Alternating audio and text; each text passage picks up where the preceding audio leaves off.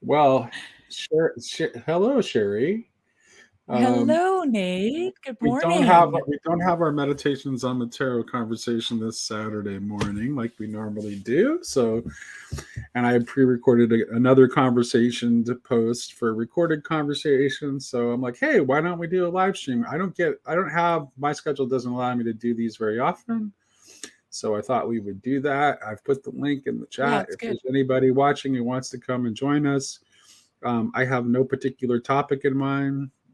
It's Grail country, so it'll end up being a very Grail country conversation because that's really we are who we are, and those are the kind of conversations we have. Anyone listening is welcome to We join walk us. the knife's edge here, right? So I'm We going to walk start the off by knife's edge. asking Sherry a kind of a silly question. Like, first of all, Okay. I haven't seen all the live streams that have happened on Grail Country because I have people that are admins that do live. Has anyone cried on a live stream yet? Probably Jess, but I don't know But for has sure. he? That's what I'm saying. Because that's what I'm going to ask you. Is like, if it hasn't happened I yet, don't I'm know. wondering if we should start a pool of like banking on who will cry first, whether it will We'll be have to do like a Jess or Luke or yeah, you. yeah. We It's have a one of lot of those easy three. we have a lot of easy criers. Even Yeah, I'm very emotional. I'm a good dark horse yeah. for that bet. You probably will get better odds on me, so the payout Really? might be better. Oh yeah, I think in that, like, Jess would probably be, like, if you were to rank these in terms of odds making, Jess would be the favorite, I would think. hmm Then probably Yeah. Luke, I would say. All you have to do is talk about how much God loves Job, and then he's done. He's Yeah, gone. it's just like, hey Jess, you want to talk? Tell me about Job. How much does God love Job? Thoughts and works. Yeah, it's not just anything I'm about not Job. mocking. I think this is good. You know, this is a very good thing. One of the things that we talked about in one of our meditations on the tarot conversation is the gift of tears. Yeah, So yeah, uh, this is a good thing. We're glad that we yeah. have people And who and express. actually Oh, oh, Lucas. good. Okay. Who's gonna All try right. it? Well, you join Perfect. whenever you're Yeah. ready. The Well, link's right the there. gift of tears is literally that tension between the yes and the no, Mm. Nate. Say more. Say more. Well, I mean, it's joy and sorrow at the state of the world, right? Mm-hmm. And you can't really there's not this might sound really lame, but there's nothing much to do except cry about it. No, I think you're onto That's something here. And every actually, this is the thing. It's like, I think it's interesting enough that you say that the gift of tears is related to to the being caught between the yes and the no. yeah. I think that there's something right about that. And I kind of think that's what I was going through the other day when I had the very emotional reaction I Mhm. did in my I think conversation so. with Yosef. Yeah. And that's actually like, and I had to talk and I had to think about that. I had to think about the interrelation of, like, because we're stuck with the reality is that we're stuck with both duality and non-duality That's right, and you in this basically that dispensation. that Go. that emotion that you experienced, Nate, it's when you stepped into the tension, Right, and that's what provoked the emotion, right? right. That's right. And what's interesting about that is we experience those things often as moments where we have or we feel like we're having a you know some kind of personal revelation, like God is very present at that Well, moment. I mean, what Yosef was doing was kind of like, and what I was running up against is like, there is no return to Eden Mhm. as much as you might long for it. So there's no going back to before the duality, Right. but there is a path forward where the non-duality and the duality can coexist. I would say, like metaphysically, ontologically, that looks like the Trinity for me. But I have a tendency toward uh, um, just ignoring the duality in my Mm-hmm. thought because it isn't the ultimate. Um, but it is still part of the but it is still Well, part of the it picture, can really ruin your day, is basically what it does, right? right? Like, And it's funny because we were just talking about movies, right? mhm, And mhm. you can see, like, I mean, on some level, like, we were talking about movies, and Dave and I were started talking about Conan the Barbarian, which Sherry has not seen. I have not and seen, no. and I've I only seen also pictures. I'm the kind of person who loves both Conan the Barbarian, which is definitely a pro-duality film. Like, actually, the evil guys in the movie are bad non-dualists. Like, they're nihilists, and nihilism is ultimately a bad non-dualism where Mm. it's a monism that is just nothing, right? Yeah, yeah, yeah. So, It's flattened out. Yeah. yeah, it's and No particulars. so, because, like, the cult leader in the film is like he's leading his followers um into emptiness, to the experience of emptiness. So literally, like, the bad guy, and Conan is very much a man of action, a man of the world of duality, where there are, you know, uh, actions to be taken, choices to be made. It's definitely the realm of the yes and the no. So it's a duality film. And then The Last Unicorn is very much a film that is about beauty, and Mm. beauty is connected to our perception of of the mystical unity. Just a thought came to my mind. The thing with beauty is I think beauty doesn't leave you any choice, No. right? Like when you recognize beauty, you don't choose to recognize it as beauty, right? I think if you do that, you start getting too abstracted, which is kind of what a lot of modern art does. It challenges you to think of something that perhaps isn't beautiful as beautiful, but when you see beauty, like, and I'm thinking because of my lifestyle, I'm thinking of nature, right? Um, you're just drawn to it. Like it doesn't leave you a choice. It's almost Well, you're not thinking about it either, right? Because that's what I'm where that saying. It's like that place it's almost like the is, natural will. It's almost like the natural will it gets enacted. I almost don't even is there even a willing in it, or is it just like, Well, there's maybe, a recognition. There's a right? recognition that There's a happens. recognition, there's a seeing. Yeah. I don't know if there's, like, I don't know if there's a willing. There's not a I willing don't think choice. there There is a is. willing, where it becomes. Here's the thing, though. This is interesting. So this is, I think, the proper way that the interplay between the duality and the non-duality happens, and that is when we move to create beauty, because only Laughing at because Luke. beauty can He's like, only. Look at the comments. I'm sorry. I totally supposed to. No, they're you all just get in they're all here. his comments. You just get in here. He's coming. He's Just coming. get in here and talk with us. Yeah. Um no, that's what I'm saying. Like that well, the natural will is the non-deliberative will, right? Like it's the one that doesn't choose. It moves towards the good, the true, and the beautiful. And so those things must leave you no choice, I would assume, if that's the case, right? Like if you want to draw that to some kind of logical conclusion, they yeah, they would have to be they would have to just leave you no choice. Or Not no choice, but only yes.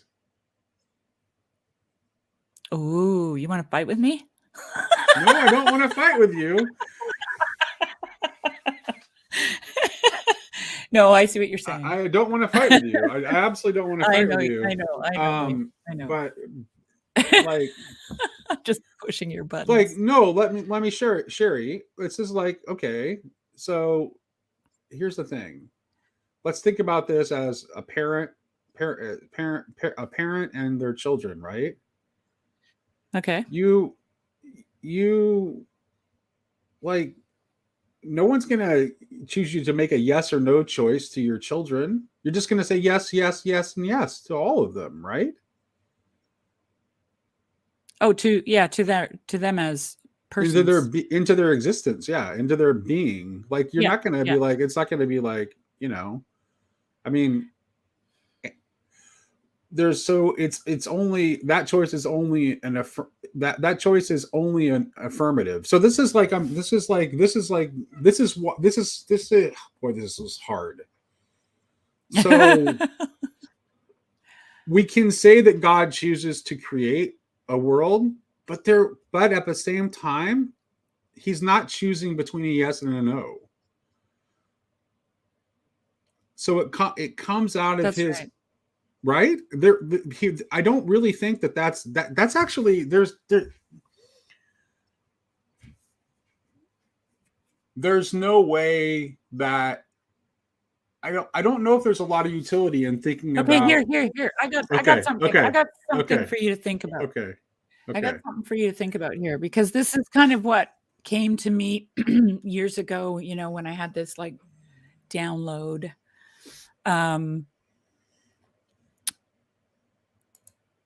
So we talk a lot about God creating, and God, that is what love does, right? Love creates. But the question is, and this, to me, this is the deeper question: why is creation what love does? Okay. Looks like Julian's gonna jump in with us here. And oh, good. Yeah. Hey, Julian. And so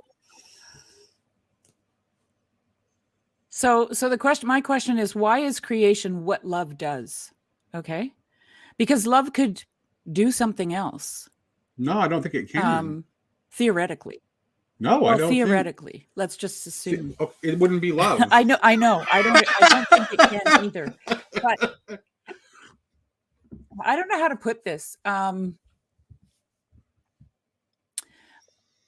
Maybe if I go back to the beginning, like Genesis kind of beginning, to me, what happens in the beginning is redemption, not creation. So there's this idea of God being all in all, right?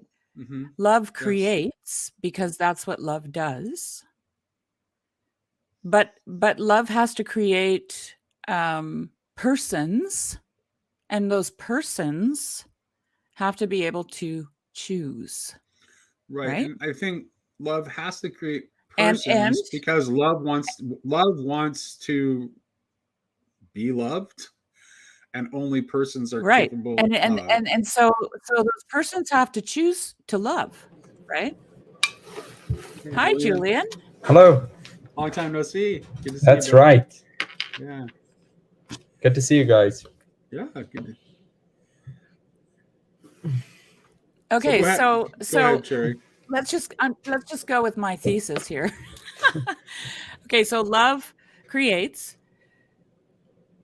and let's say that the beginning of the story, Genesis, is not necessarily about creation, but it's about redemption, right? Because God will be all in all, and God will not coerce. So how does God become all in all without coercing?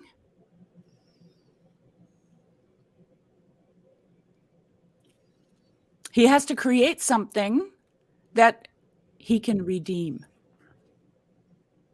This is my theory.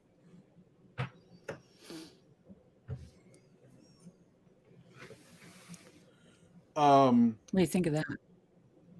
Well, I don't think. I understand what you're saying, and I think like David Bentley Hart in that essay I shared a while ago. Essentially, the way he puts it, that kind of makes sense to me. Is that like in order to be a person at all, Mm, you need to have a history. So that means that there's this, which is why God doesn't just like create a world that is immediately just uh perfect. God all in all and perfect. Yeah, because that's Yeah. not what persons look like. But God doesn't And have that a history. history is created by your choices, right? And those choices are particular to each person. They're like forks in the road, let's say. But well, yeah. But here's the question, though, Julian: is that if we're going to be serious about the divinity of Jesus, then it seems to me that through Jesus, God does get a history, and it's a shared history with ours. Yeah. Right. And then that is the history that and then he ends by reconciling it to himself. Yeah, Yeah. that's beautiful. Okay. But does he? Because if he creates for any other purpose than redemption, then creation appears to be a plan B. Or redemption, sorry, appears to be a plan B. But if he creates for the purpose of redemption, then creation is plan A. Well, I mean, if I just really think that I mean, Jordan Daniel Wood has it right. I mean, I just think that, well, I mean, obviously it's Maximus's argument that he's presenting, but I just think that ultimately, like, creation and incarnation are the same thing, which is why the scriptures tell us that the Lamb was slain before the foundation of the world. But there's a way in which that's also telling us that because the creation does not yet look like Christ, that the creation that is intended by God, that story hasn't yet, or that story is still being told. Those persons are still being formed. So the creation is the creation is still coming to be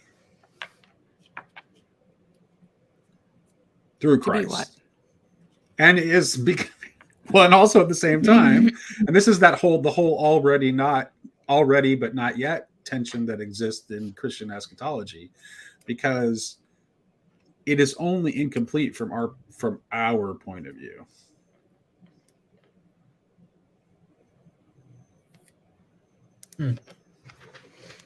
Yeah, I agree with all of that, but I think I'm not making myself clear, I think, about this idea of redemption, because I think that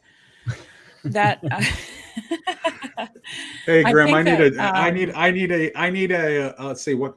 need a pop culture and I meme do too. dictionary and listening to your content. So we're even. To watch I don't think Nate's yeah. words are in the Merriam dictionary. You need a theological dictionary.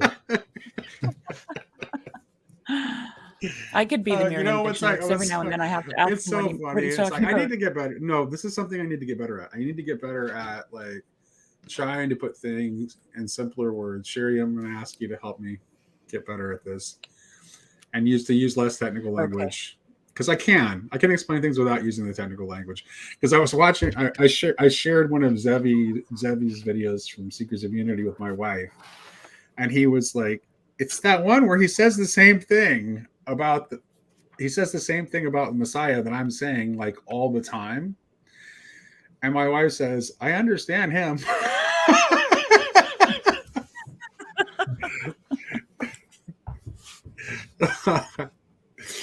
And it's like, and she's like, and I don't think it's just because he's that he does. She was like, I don't think it's just because he's Jewish and he's coming from a Jewish perspective. I think it's because he doesn't use words I don't know. He's not So- using lingo. He doesn't use lingo, right. like Yeah. technical terminology, right? For Grimm's there. Grimm's Yeah. here. And sometimes I allow my my desire to be precise overcome my desire to be understood. Yeah, and Hey, Graham, how's and it those, going? I mean, Good. granted, those words that you're using are very precise, right? So, I ran into a word yesterday. I was reading the Philokalia, and there's a word in there, prelest, and they don't want to translate it as beguilement. They leave it as prelest because prelest encompasses better the Greek meaning of the word. And I don't have the book here right now, but Yeah, that's actually, why I don't bother. use that's precisely why I sometimes use. It's mostly Greek words that I will use too, and that's precisely why is sometimes the translation causes more confusion. But Like prelust and beguile are both. No, Come on, beguile is easy. I know Yeah. guile. I think. you know beguile. Okay, so guile You definitely is know what beguile. you do to beguile other Beguiling. people, right? There's a really famous movie with Clint Eastwood called Beguiled.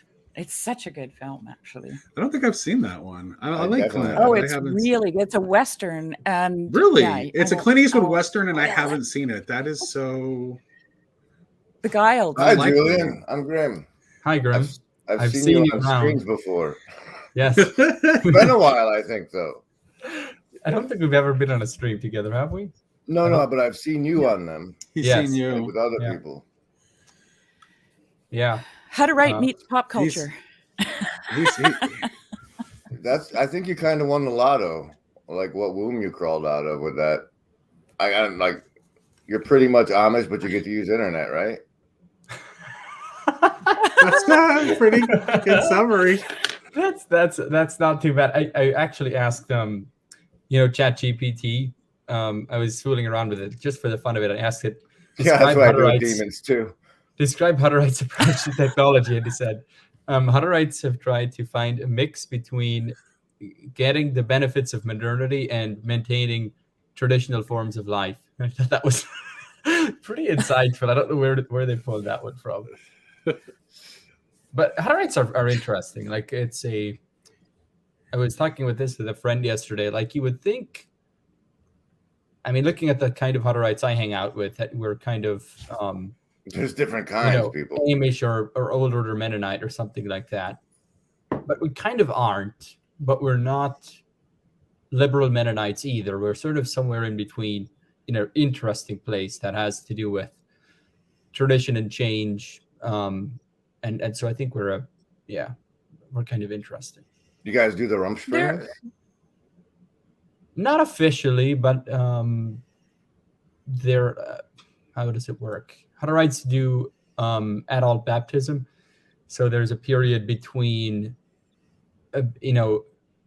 there's a sense that if you're not fully baptized, you're not completely part of the church, so there's less expectation. So I guess there would be something like, There's a little slack in the leash, at least. I suppose, but I think, yeah, I don't. There's definitely not Rumspringa. Like I think that would be very frowned upon. Like literally do that, and I think, yeah, I don't know. Are there Hutterite churches? Are there Hutterite churches outside of the communities? Because, like, there are Mennonite communities, but then there are Mennonite brethren. Yeah, they're not. Yeah, is there anything like that with the Hutterite? No, not really. There's all of them would live in communities. Okay. So, yeah, we don't have. Yeah.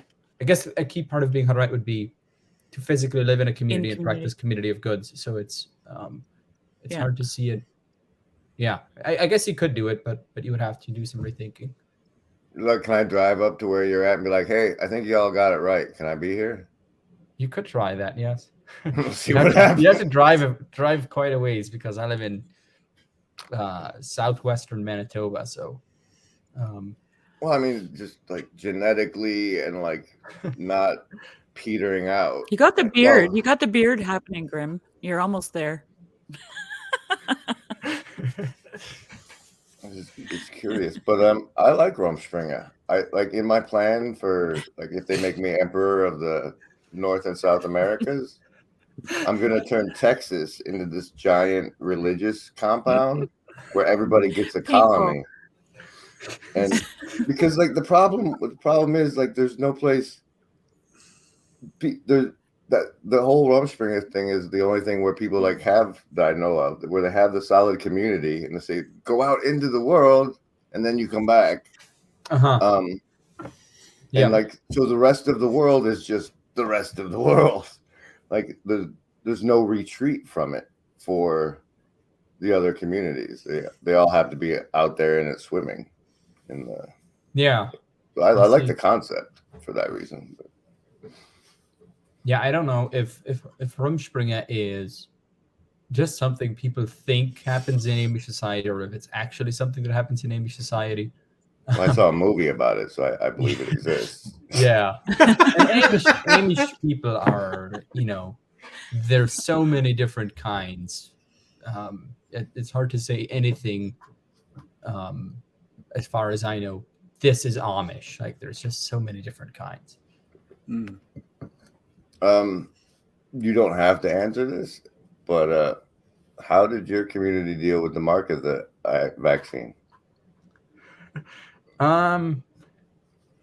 Like everyone else, like we had had some big internal arguments and debates, and it actually got pretty heated. So I don't think we dealt with it much better than anyone else. You would see communities lining up in similar ways, but then you would have differences between communities. So this community is more pro-vax and this other community is less pro-vax, and so you would have differences between communities. So I don't know if we handled it better than anyone else. So let me ask you. Well, they're human. They're human. Let me ask you, Graham. While that whole thing was going on, my position was that this was just a warm up, and you thought it was permanent. I was hoping. You were hoping. Honestly, so you were actually hoping for the darker outcome. I'd like Jesus to come back, and that's in Revelation. So it'd be a sign that he was on his way, sort of. But like the big surprise of the whole thing for me, especially among the religious, is that they didn't have my perspective. That God decides who gets sick and dies. So I don't even agree with that completely. No. I mean, I think there's a big tension in Christianity. I mean, Christians aren't Stoics. Like, we don't think everything that happens is their sort of fate, and we just have to, give ourselves over to fate and accept that this is the condition of things. I mean, you have this idea of the resurrection, which kind of breaks the futility of the world and says, no, this is not the way things have to be. But on the other hand, given that, there's also this strain of, yes, in a sense, coming to terms with the way things are. I think Christianity kind of holds those two things in tension. Like it fights against fate, but it also has the sense of coming to terms with your own death and coming to peace with that, and not living in fear over death, and not trying to sort of engineer a way out of it. So I think, well, it's related to the idea of the alpha and the omega. Like, this is the right way to understand providence. So the origin and the ending are held in God and are determined by providence. What happens in between is not. What happens in between? What happens in between is what happens in between. That's our doing. What was that? I said, you have to throw the ministry of the Holy Spirit into the in-between for me to be comfortable with what you just said. because that's Okay. very. Well, I don't. Otherwise, it's hands you off. know, You know, I started. No, I'm at not the suggesting. end. No, I'm suggesting quite the opposite.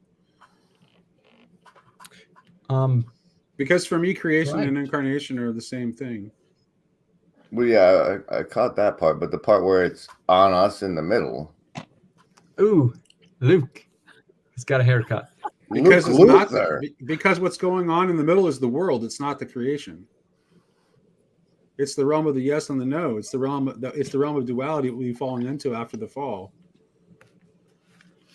Yeah, but yeah, still, yeah. But in light of our conversation this morning, Nate, if you think God is everywhere present, filling all things, then what?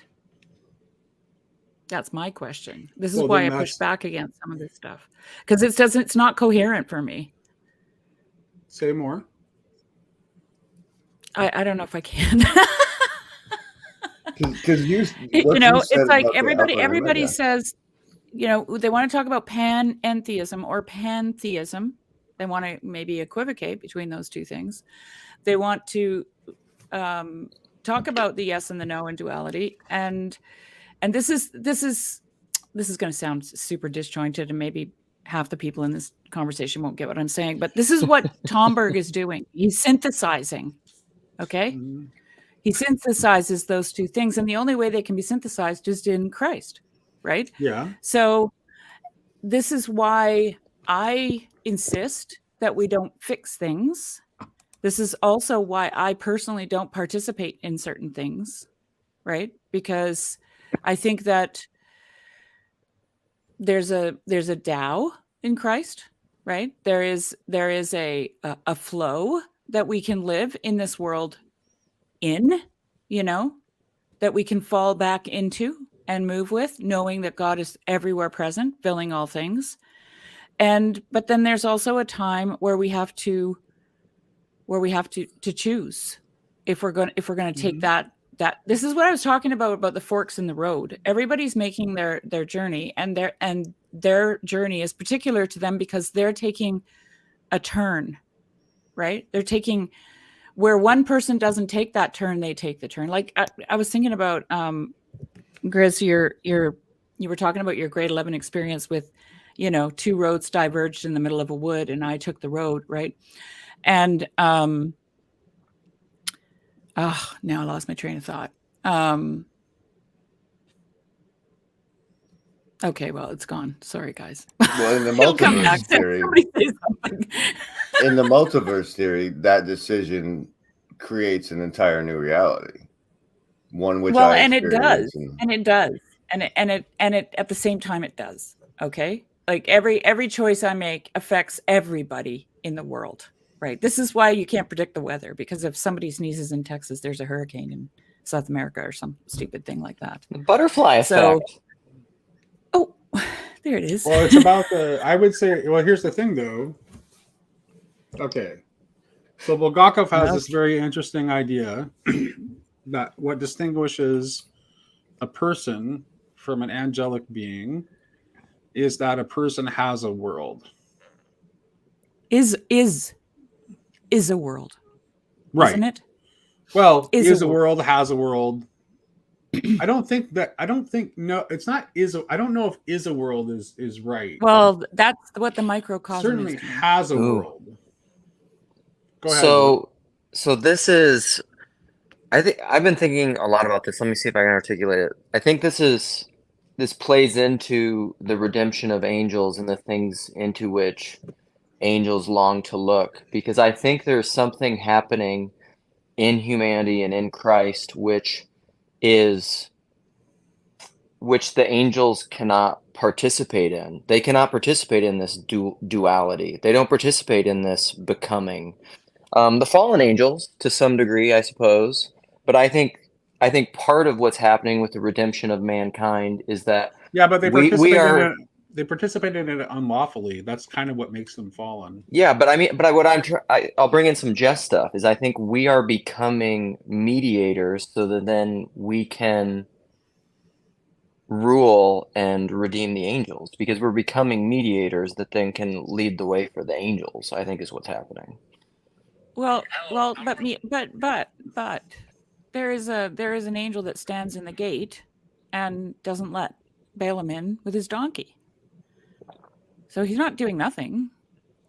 There's an angel that, is it Daniel, had to fight through the powers of darkness to get to him to answer his prayers.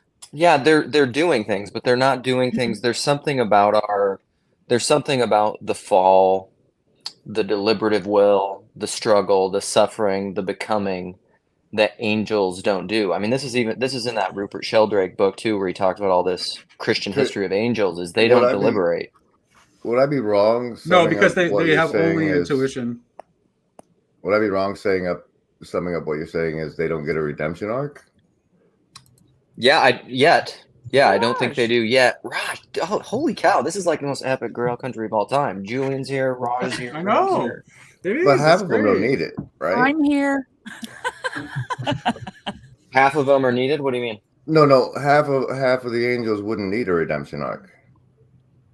Well, I think there's no point for them to be envious of it. I think they will, though. Not in a different way. It's not a redemption. Okay, it's a completion. It's a completion because for Bulgakov at least, there's a there's a link between angels and humankind. We have a co-angelicity and angels have a co-humanity, which is why on the New Jerusalem, the New Jerusalem is said to have the measure of a man and an angel. It's it's pointing toward that, the co-humanity and co-angelicity. That's why the New Jerusalem has the measure of both. So there is something in us completing this process for the angels. And vice versa. Through their link to us. It has to be reciprocal. If there's a co-humanity and a co-angelicity, then it's reciprocal. I don't see why there would be a co-humanity in an angel. But I don't read Bulgakov or whatever, so I guess that's why I don't get it. Right, but no, explain to me why. Okay, so what do you think an angel is? I think that comes down to that question. It's like, so for you, what is an angel, Grim? Basically, it's like this is probably all sorts of heretical, but if don't say it. If God wanted to make something, he just experiences the desire for creation, and then all of creation goes into service into the manifestation of it, and they are the agents thereof, the worker, like his staff, essentially. So, Julian, what do you think an angel is? I'm curious. What do you think an angel is? I don't even know. Yeah, I think I have a harder time thinking about what angels are than what demons are. I think I would think of demons as connected with something like passions or temptations, or sort of the internal struggle, and also the language of principalities and power. So sort of political forces or social economic structures would kind of could be seen as demonic in that sense. But I don't know what to do with angels exactly. I guess I've never. It's interesting, because I think a lot of Christians give more substance to demons than they do to angels, and I find that really interesting. Angels are some kind of nebulous thing out there, nobody's quite sure, but watch out for the demons because they're So I want to ask Raj about this because I think that the conversation about angels and demons is actually a deeply ecumenical conversation, because you cannot find, almost no tradition is without some sort of conception of good and evil spirits. There is some sense of good and evil spirits and across the board. It is like such a base level common link to human religions that I think it's a productive thing to talk about. So Raj, you're listening to us crazy Christians talk about angels and demons. What do you have to say from your perspective? Well, there's this notion in Guru Granth Sahib that there are angels and demons. It doesn't really go too much into the specifics about them, but there are, I guess maybe what Sherry was talking about, this co-humanity, co-angelicity. There's this notion that people who, I guess you could say, achieve theosis, that the angels will sing the hymns that they've written. Oh, and nice. And that the angels are singing the praises that are written by human beings. But ultimately, this notion of demons and like creation, they will pass away, right? That they're impermanent. They're not. God is the only permanent, and so they're subject to a lot of the foibles of being, like, they're part of creation, right? And so as being part of creation, they're impermanent because only the creator is permanent.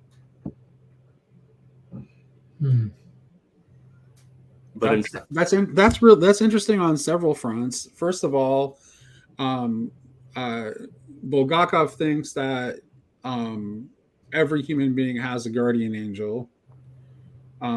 He doesn't think that people who are in, like, I think the more traditional Catholic view is like every baptized Christian has a guardian angel, but Bulgakov sees every human being as have a guardian angel, and there being like essentially a link between the guardian angel and your higher self. So the fact that the angels are not part of the ultimate eschatological horizon, but somehow belong to becoming and are in some way cooperating with human beings.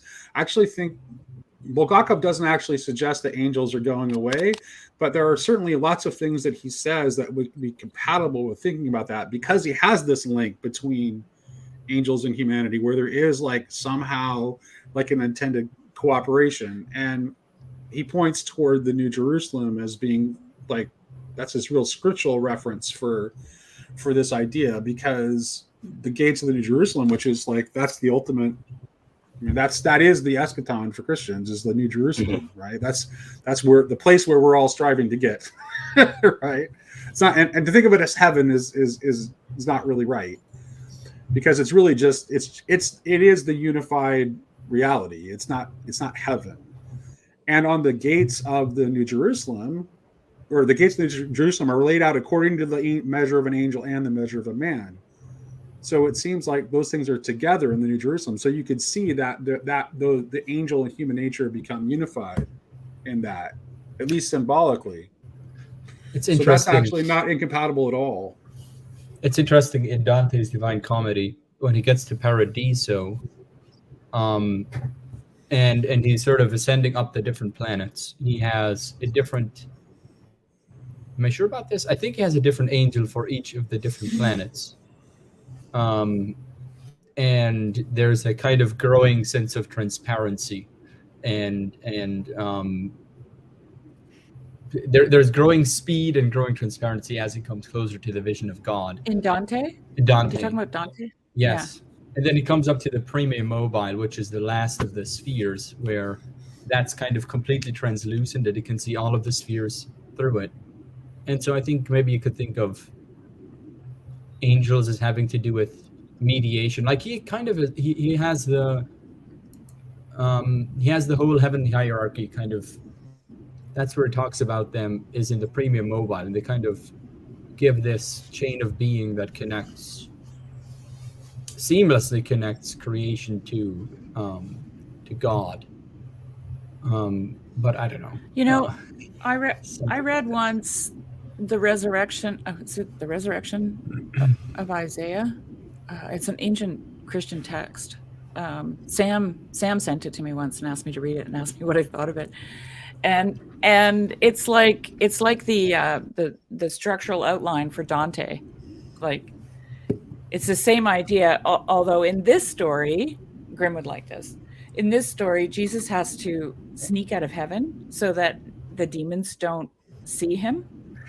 And so he goes through these different layers, and he has to put on the different garments of skin of whatever ethereal being he's, coming into contact with. And there's these like 7 layers. And anyway, I think it's called The Resurrection of Isaiah. I can't remember now. Something with Isaiah. Anyways, it's a bit of a mixed up text, because it starts out with when Isaiah is sawn in half. And then somebody added to it later, much later, and the story of Jesus descending from the heavens in these disguises, right? That's interesting, because that reminds me. That's so funny that you're talking about that, Exactly. because it's like I linked in the resources section on Grail Country yesterday. I linked the John Prine song "Jesus: The Missing Years." Do you know that song? Yeah. Oh, okay, yeah. So that's kind of, to me, that's like the same kind of thing, right? It's like it's just like, to me, like in the way I view reality, like John Prine is not being heretical in that song. Like Jesus is in all of it. Yeah.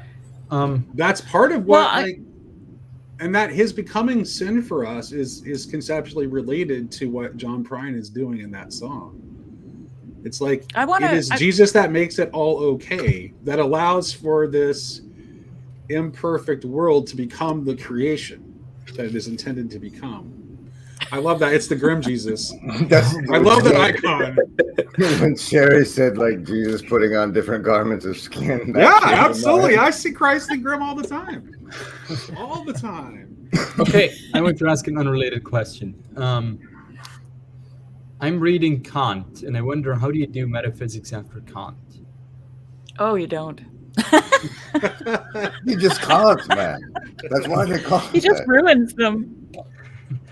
Do you know anything about that, Nate? Like, I couldn't even articulate the question better than that. But I think Kant reads Plato badly, and I'll leave it at that. Like most people who go off the rails in philosophy, I think Hegel offers a pretty good response to Kant. I think in some ways what Kant does is good, because he shows how a metaphysics of pure rationality is actually not possible. But I think Hegel, properly understood, actually is a mystic. Kant has a good name, Julian. Kant. Immanuel Kant. Can't. Oh, well, Immanuel is his first name. With him. Like, with him, you just can't. Immanuel Kant. Sherry, you said Isaiah was sawn in half? Yeah. Well, yeah. No, that is the tradition, that the prophet Isaiah was martyred by being sawn in half. Yeah. Yeah. I wasn't having a good day that day. I had so many things. Your conversation with Graham, Raj, was really good. I had so many things that I was thinking of while that conversation was going on. I really enjoyed that. Did you see Raj's conversation with Graham? No, I haven't. Sherry? Okay, well, there are 2 things that I think that you'll find interesting from that conversation. And I'm actually just going to, rather than, I know that you'll make the connections on your own. So what I'm going to do, Raj, I would like you to repeat 2 stories from that conversation for the sake of Sherry. I want him to tell you the story about the martyrs who offered their heads. Okay. I know she will immediately make a connection with that. And then I also want you to tell her about the portal. I watched it. Oh, okay. I'm going to turn my camera off and listen and go refill my coffee. Okay. Oh, you. He's been wanting us to talk, Raj. I watched the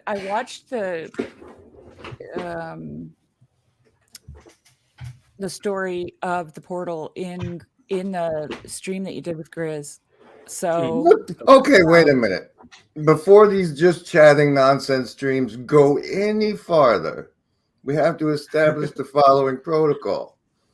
If a person pulls themselves off of the stream by clicking these 3 little dots and going down there, You don't throw Sorry, them I back just- on there until they're down there and going, and then you bring them back on. I didn't know you could do. I didn't know you could put yourself in. Did you put yourself in? I can't put myself in, but I can take myself Oh. out and then go like this down there That's when kind I'm of what ready the to come Calvinists back. believe. That's what the Calvinists believe, Grim. You can't put yourself in, but you can take yourself out. Okay. Anyway, Okay. I couldn't resist that.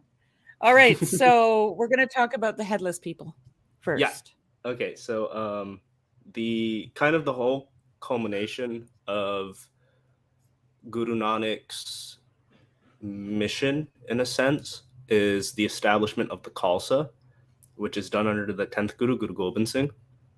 So this is around the year 1690 or so. I'm not certain on the date, but it's around the turn of the 17th century. And Guru Gobind Singh comes out. It's during campaigns against the Mughal Empire. And he comes out and he says, today, my sword is hungry, but not for the head of the Mughals, but for the head of my Sikhs. And he's asking who's going to come up here and give their head. And he means it quite literally, right? Like, who's going to get their head chopped off by me? And no one responds for a little bit, obviously. And they're like, oh my God, has he gone insane? And then eventually someone raises their hand by himmat. Himmat means something like courage, fortitude, strength even.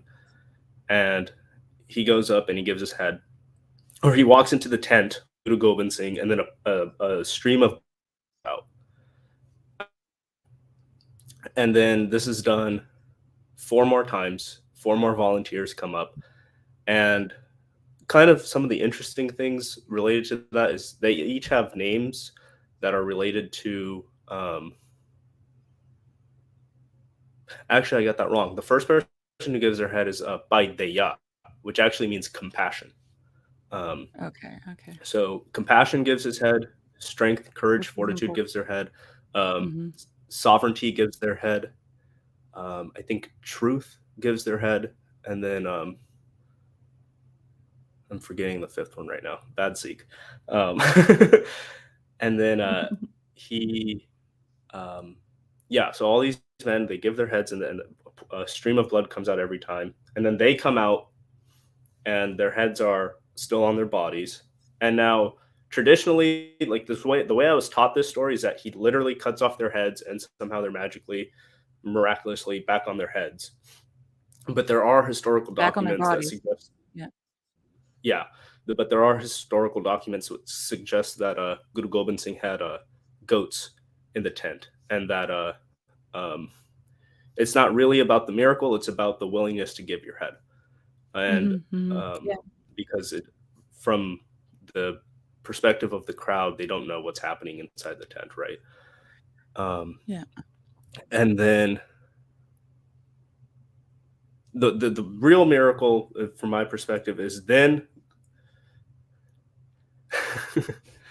The real miracle is the guru then kneels down and is initiated into the Khalsa by the 5 men who he just beheaded. So then the person who is one with God is initiated into the body by the servants, by the students. And there is a sense where when you take Amrit, when you become part of the Khalsa, what you're doing is you're giving your head. And this kind of thinking is present throughout Guru Granth Sahib. One of the there's a passage, I think I mentioned it in the Grail Country talk, is if you want to play this game of love, chop off your head and use it as the ball. Right. Yeah. That I heard you say that. I mean, first of all, the Green Knight comes to mind, right? I don't know if you know that story, but he has to go and give his head, and of course his head doesn't get chopped off, but he does get a scar on his neck, and the only reason he gets the scar on his neck is because because he was given a sash by a woman. Like, it's a kind of a long story, but he was given this sash and she told him that it would protect him from his head being chopped off. And so he put it on. And it's because he put the sash on that he got the scar. If he wouldn't have put the sash on, he wouldn't have gotten a scar or lost his head. Right. So, so anyway, there's a lot of similarity there, which I think is interesting, because I think people know that they have to give up their heads, like, right? Like, it's true. Like, you can't think your way through life. You have to intuitively feel your way through life. You know, you're not, I don't think that you're able, like, if you think your way through life, like, we have good examples of those people, people like Stalin and Hitler, right? Where they have a plan and it's rational and logical, right? And it's for the good of everyone. I mean, I don't think that those guys were hired like, by the bankers. Evolutionarily, it doesn't make sense that you would cut off the branch that you're sitting on, or knowingly cut off the branch that you're sitting on, right?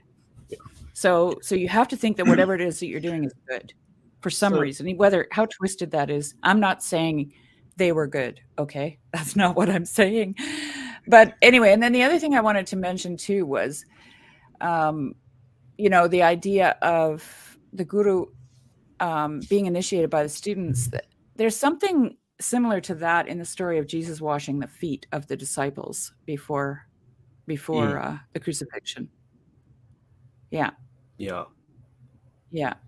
Something very similar there. Yeah.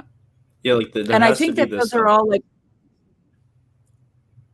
I was going to say, for theosis to be a possibility, there has to be some sort of confirmation of, like, the one who is the model for theosis has to give a confirmation that, like, the possibility is there.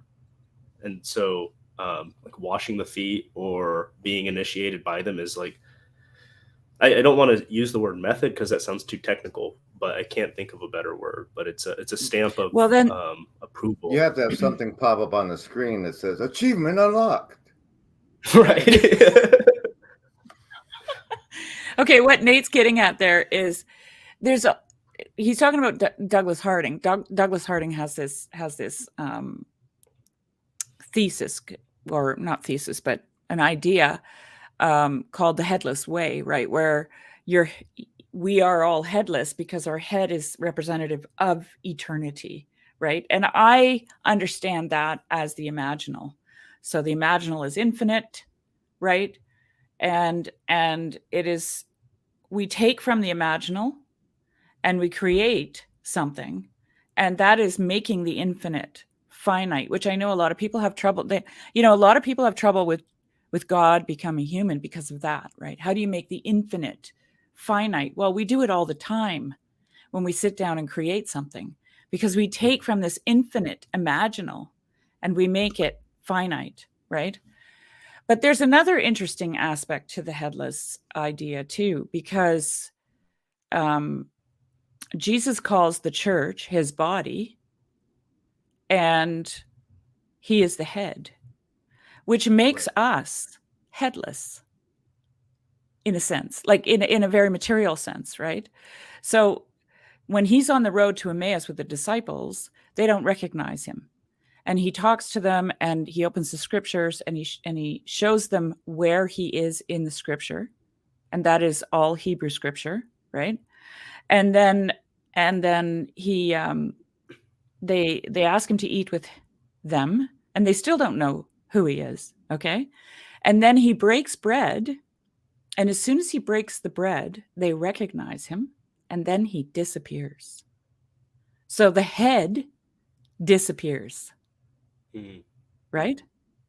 And which, in my mind anyways, in the way I think about this, leaves us headless. I mean, the head is in heaven, right? Which the head is, right? Like, this is the imaginal.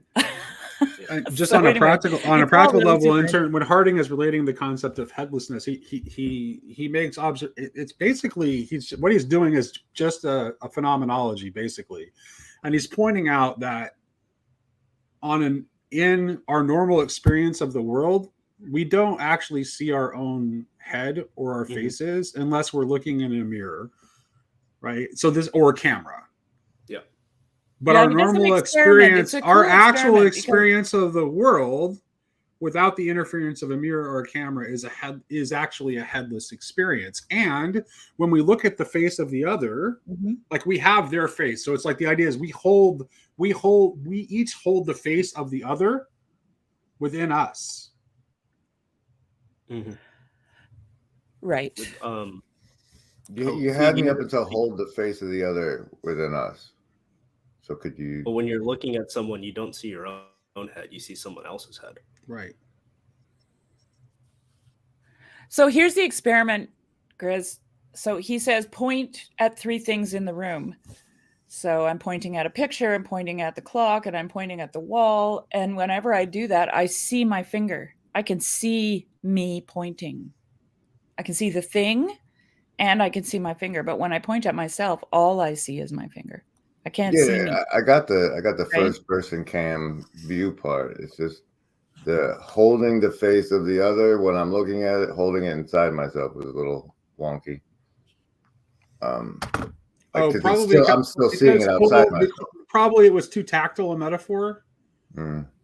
I get where you got hung up there.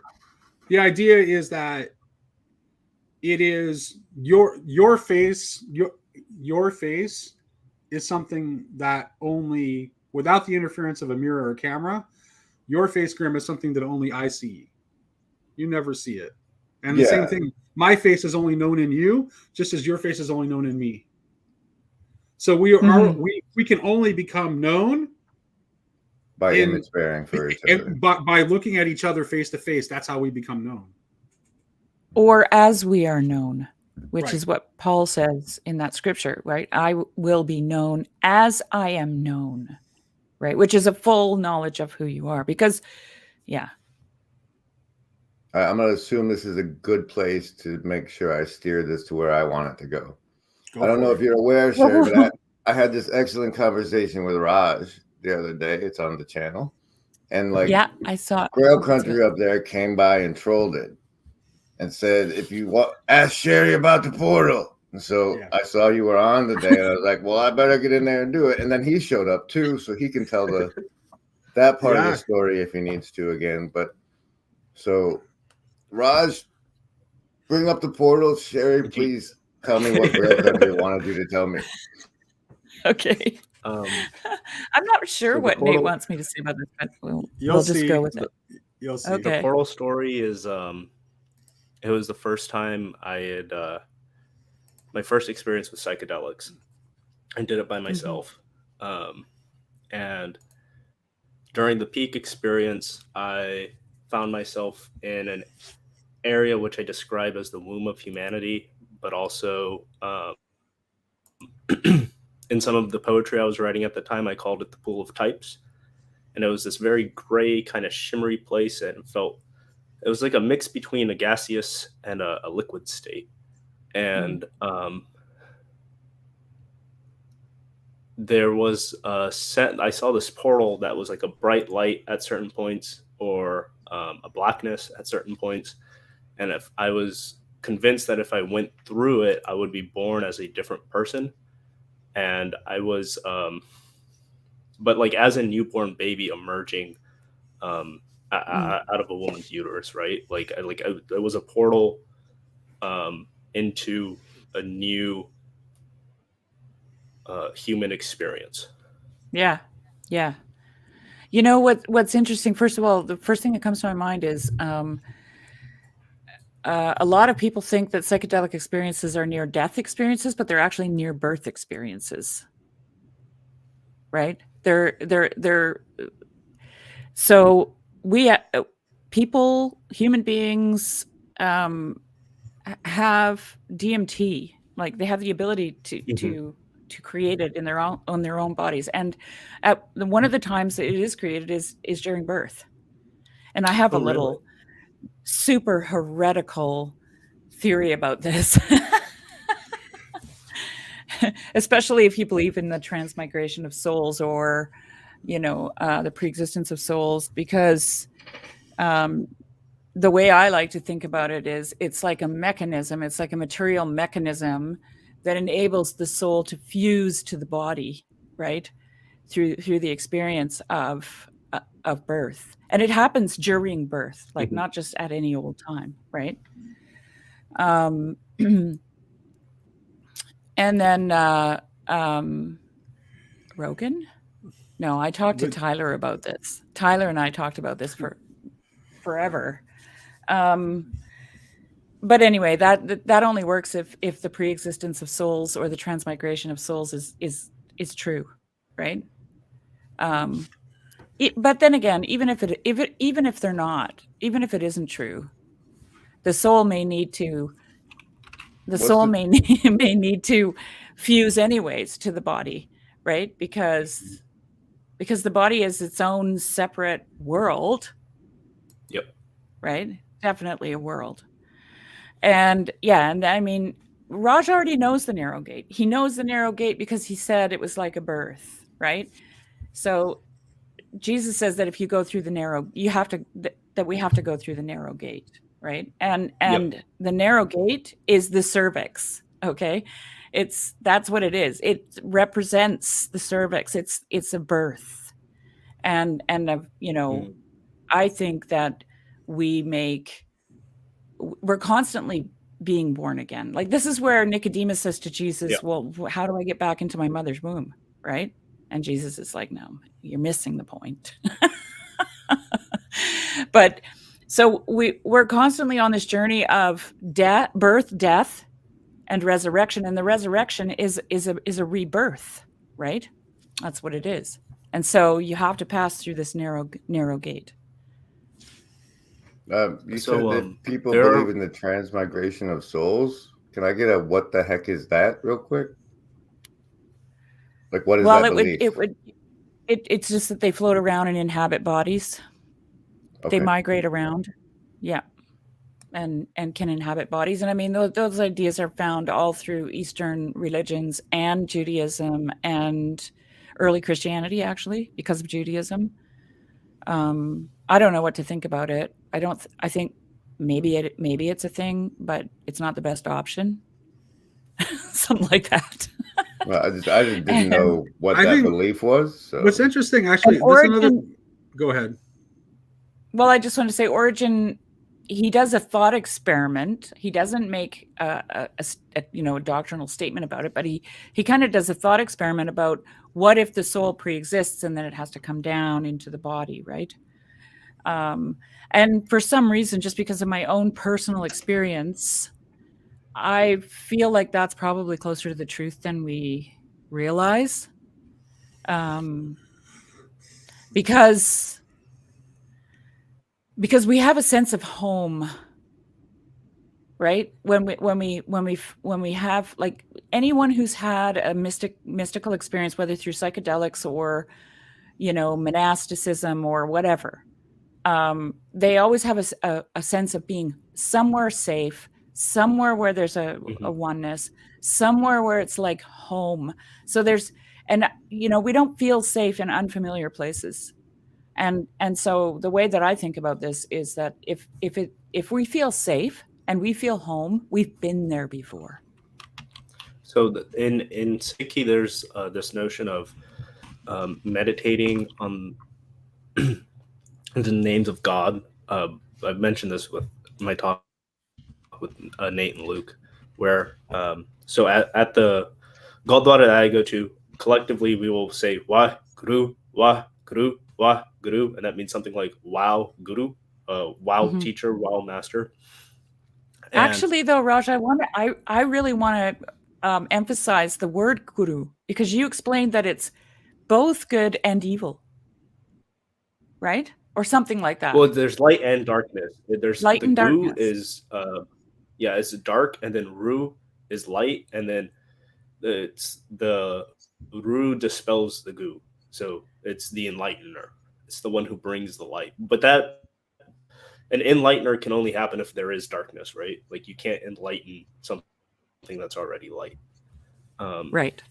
So there is this Okay. coincidence of opposites. Mm-hmm.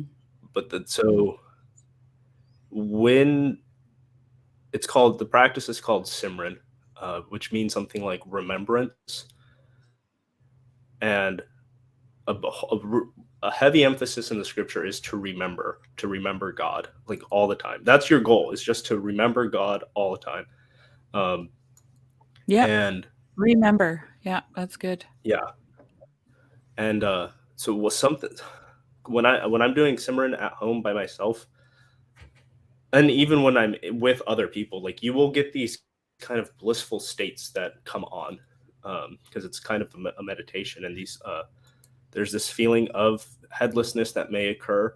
But one of the remarkable things that I notice when I'm at home and I do it is whatever thing I have this peace, I have this, there's this kind of blissful feeling, but there's also, when I'm done, I don't have any trepidation or procrastination keeping me from doing the things I'm supposed to be doing. Like I feel like what I'm supposed to do is the very next thing that happens. Like I no resistance, there's no hesitation, there's all of that stuff that keeps all of those different bonds, right? All that bondage is just lifted away, and I just feel like I can go do the stuff that I need to do, no matter how much I was dreading before. I would say that is a zeal for life. It is it is, like Rilke talks about, he makes this one statement that I like to use a lot. The point is to live everything, right? And what I love about that is it's not an exhortation to go out and just be stupid. It's an exhortation to live, right? And when we have those very contemplative, communal times with God, we are energized with life, right? Because it's this, God breathes his spirit, which gives us life, right? And so, when Rilke says the point is to live everything, I always think of God saying to Adam and Eve in the garden, "Go forth and multiply." Like he makes them out of the dust. He breathes into their nostrils. He introduces them to each other, and then he says, "Live." Right? And this is the thing that we often fail to do, is live. Well, I'm thinking even of like Abraham, like God wants you to go out and fill up the world. He doesn't want you. And this is like in Sikhi, there's a real heavy, like Guru Nanak, when he's traveling, some of the people who get some of his harshest criticism are the renunciate yogis. So there's all these yogis up in the Himalayan mountains, and they're talking about how, we're having all these blissed out states in our meditation, and we can make jewels appear out of thin air. And he goes, but the world's on fire. This is interesting because I can't remember who told the story, if it was Kezi or Yosef, about these three, or these rabbis that just, sequester themselves away from the world and live in a cave and just are in these blissful states, right? And then they come out and they see some guy plowing a field and they're just enraged because why isn't he, in a blissful state too, right? Same idea, really. And they get, see, I'm not telling the story properly, but the gist of it is not to destroy the world with your godliness or your blissful states, right? Because that's what you're doing. So and that's a similar thing. The world is an ecosystem of life, right? And in order for the world to exist, it has to live, right? And that's each according to its own way, right? Like, I don't expect the snail to live like me. I don't expect my, To me, what you're talking about is the interplay of duality and non-duality. That's right. This is why the particular is important. Because that's what, right? like, I mean, that's what that criticism, like, if, like, so it's like, and it's kind of like what you're talking about with, like, the kind of like reprimanded yogi mystics. Like, that's like the opposite of the bodhisattva spirit, right? Where the bodhisattva, like, refuses to enter into their bliss until everything else is brought. So that's like, I think this is kind of the juxtaposition that we live in between the mundane and the sacred. Mm-hmm. Right. And that's why I'm always talking about this knife's edge that we walk on, right? Because we can't destroy the world with our sacredness, right? And we've all seen that in action. I mean, we don't even have to go. We don't even have to bring up examples. We can think of examples, even if they're just personal ones. My grandmother used to say, "Don't be so heavenly minded that you're no earthly good." Right. Yeah. It's the same idea. Yeah. Right. Mm-hmm. That's a hard one for me. Yeah, but you're always talking about changing the world. I know it. And it's like, I know. It's like, it's a raise. It's talking about razor's edges, right? It's like, yeah. It's like, there's a lot of, okay, this might be a particularly Christian concern. There's a lot of concern in Christian thinking about immanentizing the eschaton. And, but how do we think it ever comes about? Like, how do we think that God ever acts in the world except through human vessels, including in the incarnation? By the way, if you could put even the incarnation is accomplished in cooperation with human nature and the divine nature are united hypostatically in Christ. God doesn't do anything without us. Why would we think that the restoration of all things would happen without our involvement? Yeah, but what did God ask us to do? Figure out how to bring upon the eschaton? No, he asked us to live. And I think that's how the eschaton. But where is the place that we need to live from? That's the question. And I think that's where it's like, so that's where this complicated balance between the duality of our world and the non-duality of the unitive experience of being in God. That's where we have to figure out how to get those things to come together. And I think this is like, metaphysically, philosophically, this is what Christians are trying to do with the idea of the Trinity. And specifically with perichoresis, which is the idea of this, like, this kind of mutual circling, which is a description of both of the interworkings of the Trinity itself, which is a perichoretic relation. And also that this is also how the way that the two natures in Christ perform a single action is through perichoresis. Because there's a complete interpenetration. And I think this connects to the headlessness too, and the way in which, like, Raj, your face, like, only, like, if we're face to face, I have your face and you have mine. Mm-hmm. It's pointing toward, like, the mutuality is how we get beyond the non-duality duality, because those aren't either, right? It's like we're doing non-duality together is the best way. That's a really bad way of putting it, but that's really kind of what it is. It's like, oh, we're seeing the oneness together. That's why I think, like, the notion of jyoti, the light within the light, that each person is the divine spark and you're supposed to do sangha together.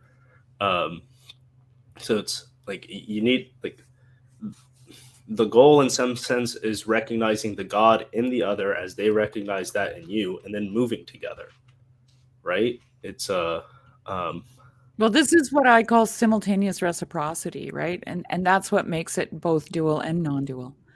Right. You know, you can't have reciprocity if you don't have two people, right. right? Two things. Yeah. And when it's happening simultaneously, it's happening when you see the other, when you look into their face, right? That's when it's happening, and that's a oneness right there. John Milbank said this cryptic thing a while back about how he thought that neither panentheism nor pantheism was adequate. And nothing is adequate. I believe that, right. And this reciprocity that we're talking about, well, no, but specifically the reciprocity that we're talking about right now, like that's what's missing, because there is no reciprocity in either a pantheistic or a panentheistic vision. Like, so there's no, because it's dual. It's right. dual. It's explaining right. Well, it's not dual. It's actually both are kind of monist images, right? They're kind of monist. There is actually, and there's a lack of that mutuality in either a panentheist or a pantheist vision. What? There's a subject and an object, right? In a sense, with panentheism, anyways. Well, in pantheism is just God is all, right? And in panentheism, God is in all. He's in something, so that something is a thing. The mutuality I'm pointing toward is more like what Jensen says when he says that God is a conversation, like God is encountered it's encountered in the reciprocity that creates unity, which is modeled by the Trinity, because the Trinity is a relational unity. The Trinity, to me, is a family. That's what it is. It's a family. Right, and a family is right. And yes, I agree. You have this marriage of opposites. You have this duality, right? A man and a woman, and out of them emerges a completely distinct person. Right. Right. Something we come together to create a world. Other. Right. And the family, it models, and this is why the Trinity exists in the mind of human beings, right? Because of families, because they see that embodied. They see the marriage of opposites giving birth to something completely other. And that's what happens when two people get together with an idea. Someone has this idea, someone has that idea. They merge their consciousness. Yeah, that's why I say that's why a new idea is born out of it. Right. It happens so synthesis, all the time. the idea of synthesis is somehow like related to the idea of Trinity. Yes. What's up, Raj? Oh, hey, I need to promote this thing I'm calling Anachino. Okay. And it's occurring between May 18th and like May 22nd. In Chino, California, the Ana part is actually not alone. There's going to be this big thing where PVK, Peugeot, and Vervaeke are giving some estuary thing. And for those of us wishing to attend who also want to camp together around a campfire, we've reserved a part of the Prado Regional Park, the Mulberry extension, for 30 of us. 2 slots have been filled, and if you're interested in attending and or saying, get a hold of me by various means, Twitter DM, Gmail, or just Discord, but everybody should know, if you'd like to camp with us and be at a campfire with Grim Grizz and Chad, apparently, you have the opportunity at Anachino 2023. I can't leave what's without the date again? May 18th. What's the date again? May 18th through the 22nd, about 13 weeks from now.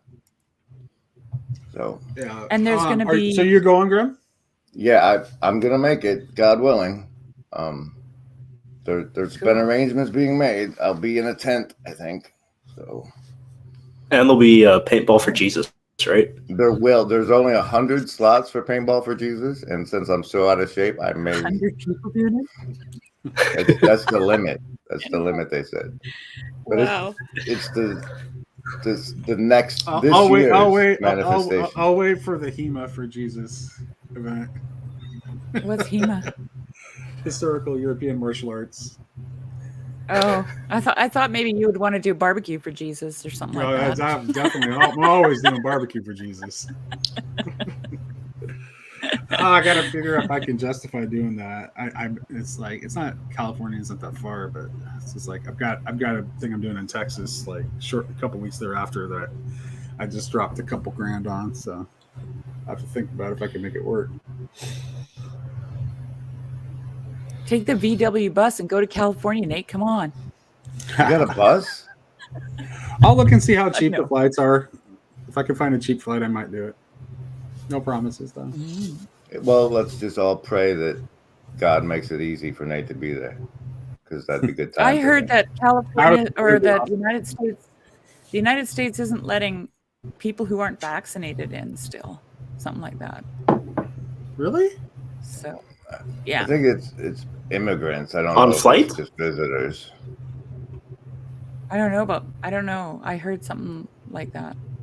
So crossing the border. Yeah. I think it's clear now. For a long time, I know Canadians weren't. Yeah, Canadians weren't letting us in. I don't know how much we've been keeping out Canadians though. No, they did. Yeah. Okay. I don't think you have to worry about Canadians too much.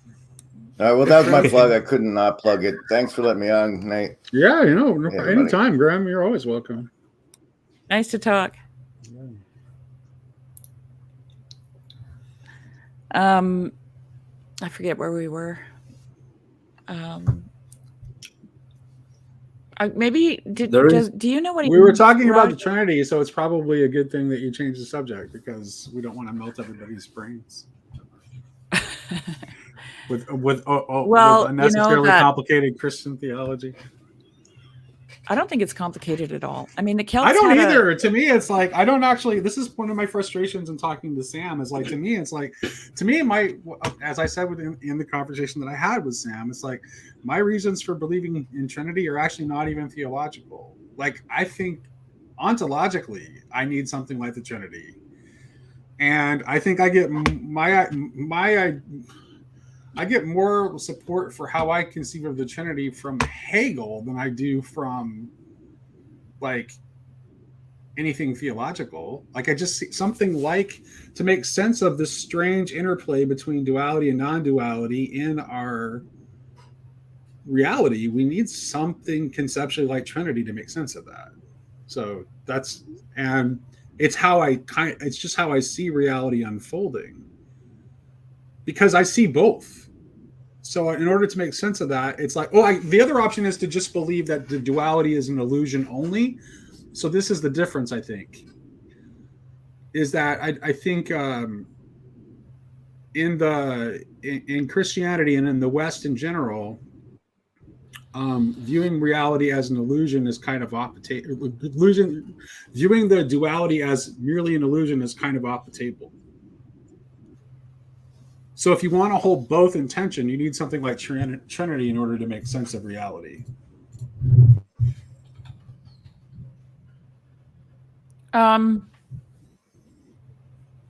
Yeah, we could get into the triskelion because I think that's really interesting. The triskelion is like this perfect motif. Can you show a picture of it, Nate? Sure, I'll Google one. And it existed all over the world, actually. I'm just looking at the Wikipedia page here.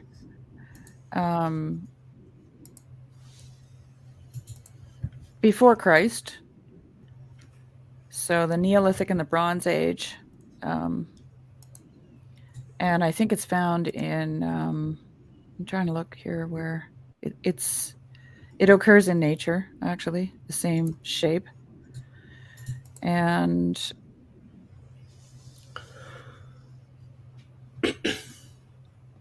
Where else is it? Not just in Europe.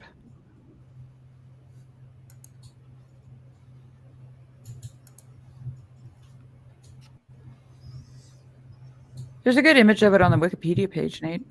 I got it. See it? That's it. It's the trip, like basically a 3-in-1 spiral. But are you guys seeing that? Oh yeah, I totally see it. Yeah. So that's what she's talking about. And this isn't, I'm going to make it really quick, like anthropological backtrack here. That's actually related to something that Sherry said earlier. And that is like, you're wanting to connect the idea of Trinity to family. And I think that like, this is why I think like Trinity is definitely conceptually older than Christianity, because you have this like Indo-European religious structure of Sky Father, Earth Mother, and the heroic child that is repeated over and over and over again. That Raj even would exist like culturally for you, coming from a culture that has Indo-European roots. So there's something like very ancient about that structure. And a lot of those symbols are really, really ancient. So I don't think that Trinity is actually an explicitly Christian idea. And Trinity is actually one of the ways that we've tried to understand this interplay between duality and non-duality. If we choose to accept that the duality is not just an illusion, but something that is trying to be, say, elevated into the fullness of the divine reality, something like that. Well, yeah, I'm just looking at this triskelion some more here. It's found in Mongolia. It's found in India. It says it's believed from the finds from Indus civilization that the Indus people worshipped the fertility goddess. So it would have something to do with family, right? And like, I'm not saying that this is the Trinity. The Trinity is a family, although it is. But what I find interesting is that these symbols are already intuited by human beings, right?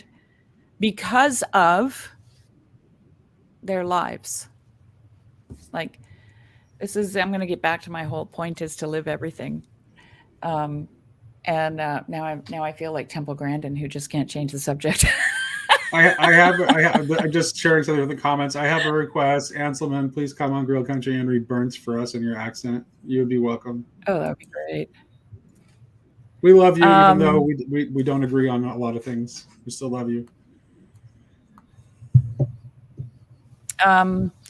So what was I saying? Yeah, this idea of go forth and multiply, right? That I talked about before. God breathes his life into you. Then he says, go forth and multiply. And then this triskelion appears in the minds of human beings all over the world to what? To represent the family, fertility, go forth and multiply, right?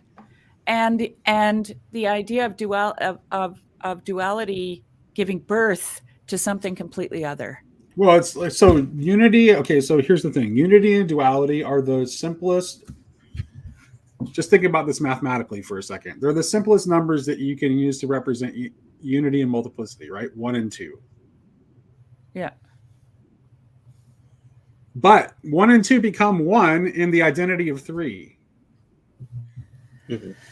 But what's being talked about is not ultimately a quantity, because we're talking about the divine reality, right? It's a quality. Yeah.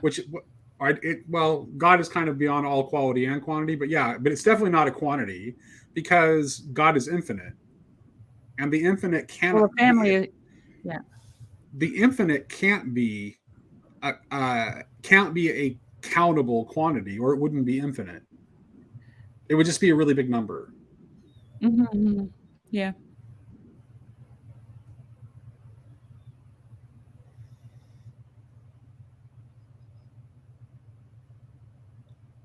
I feel like we're losing Raj. No, it's just I like a lot of this Trinity stuff is very foreign to me. Like I just haven't spent a lot of time. That's why, thinking about it. So I'm trying to understand exactly what you guys are pointing to or what you're talking about. Well, you know, Raj, I'm doing my best to try. That's why I'm doing my best, Raj, to try to approach it in a non-theological way. That's why I'm talking about it in terms of like anthropology. I'm talking about it in terms of like ontological philosophy. Like, I understand. I'm not appealing to any Christian revelation at all. Yeah. So yeah, I'm understanding the point of like needing to find sort of a mediation between the one and then the creation, because the creation is almost necessarily dualistic, right? The world exists in opposites. Correct. I guess,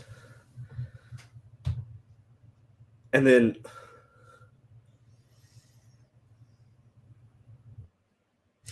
well, just to bring in the revelation for a moment, Raj, see if this like what the Christian answer to that is that the thing that unites the one and the many is love, but but that this and the structure of love is both. It's the structure of love. It's that reciprocity, that mutuality. So there is an interplay of the one and the many automatically in love. Otherwise, what are you talking about? There has to be an interaction between unity and multiplicity in order for there to be love at all. And if love is the actual ground of being, which we have from Revelation, but I think that a lot of people that aren't Christians would kind of agree that that's correct. Yeah. Then you can see it's like the Trinity may be an imperfect way of talking about it, but you can at least see why Christians would use the language of Trinity to try to explain that interplay between the one and the many.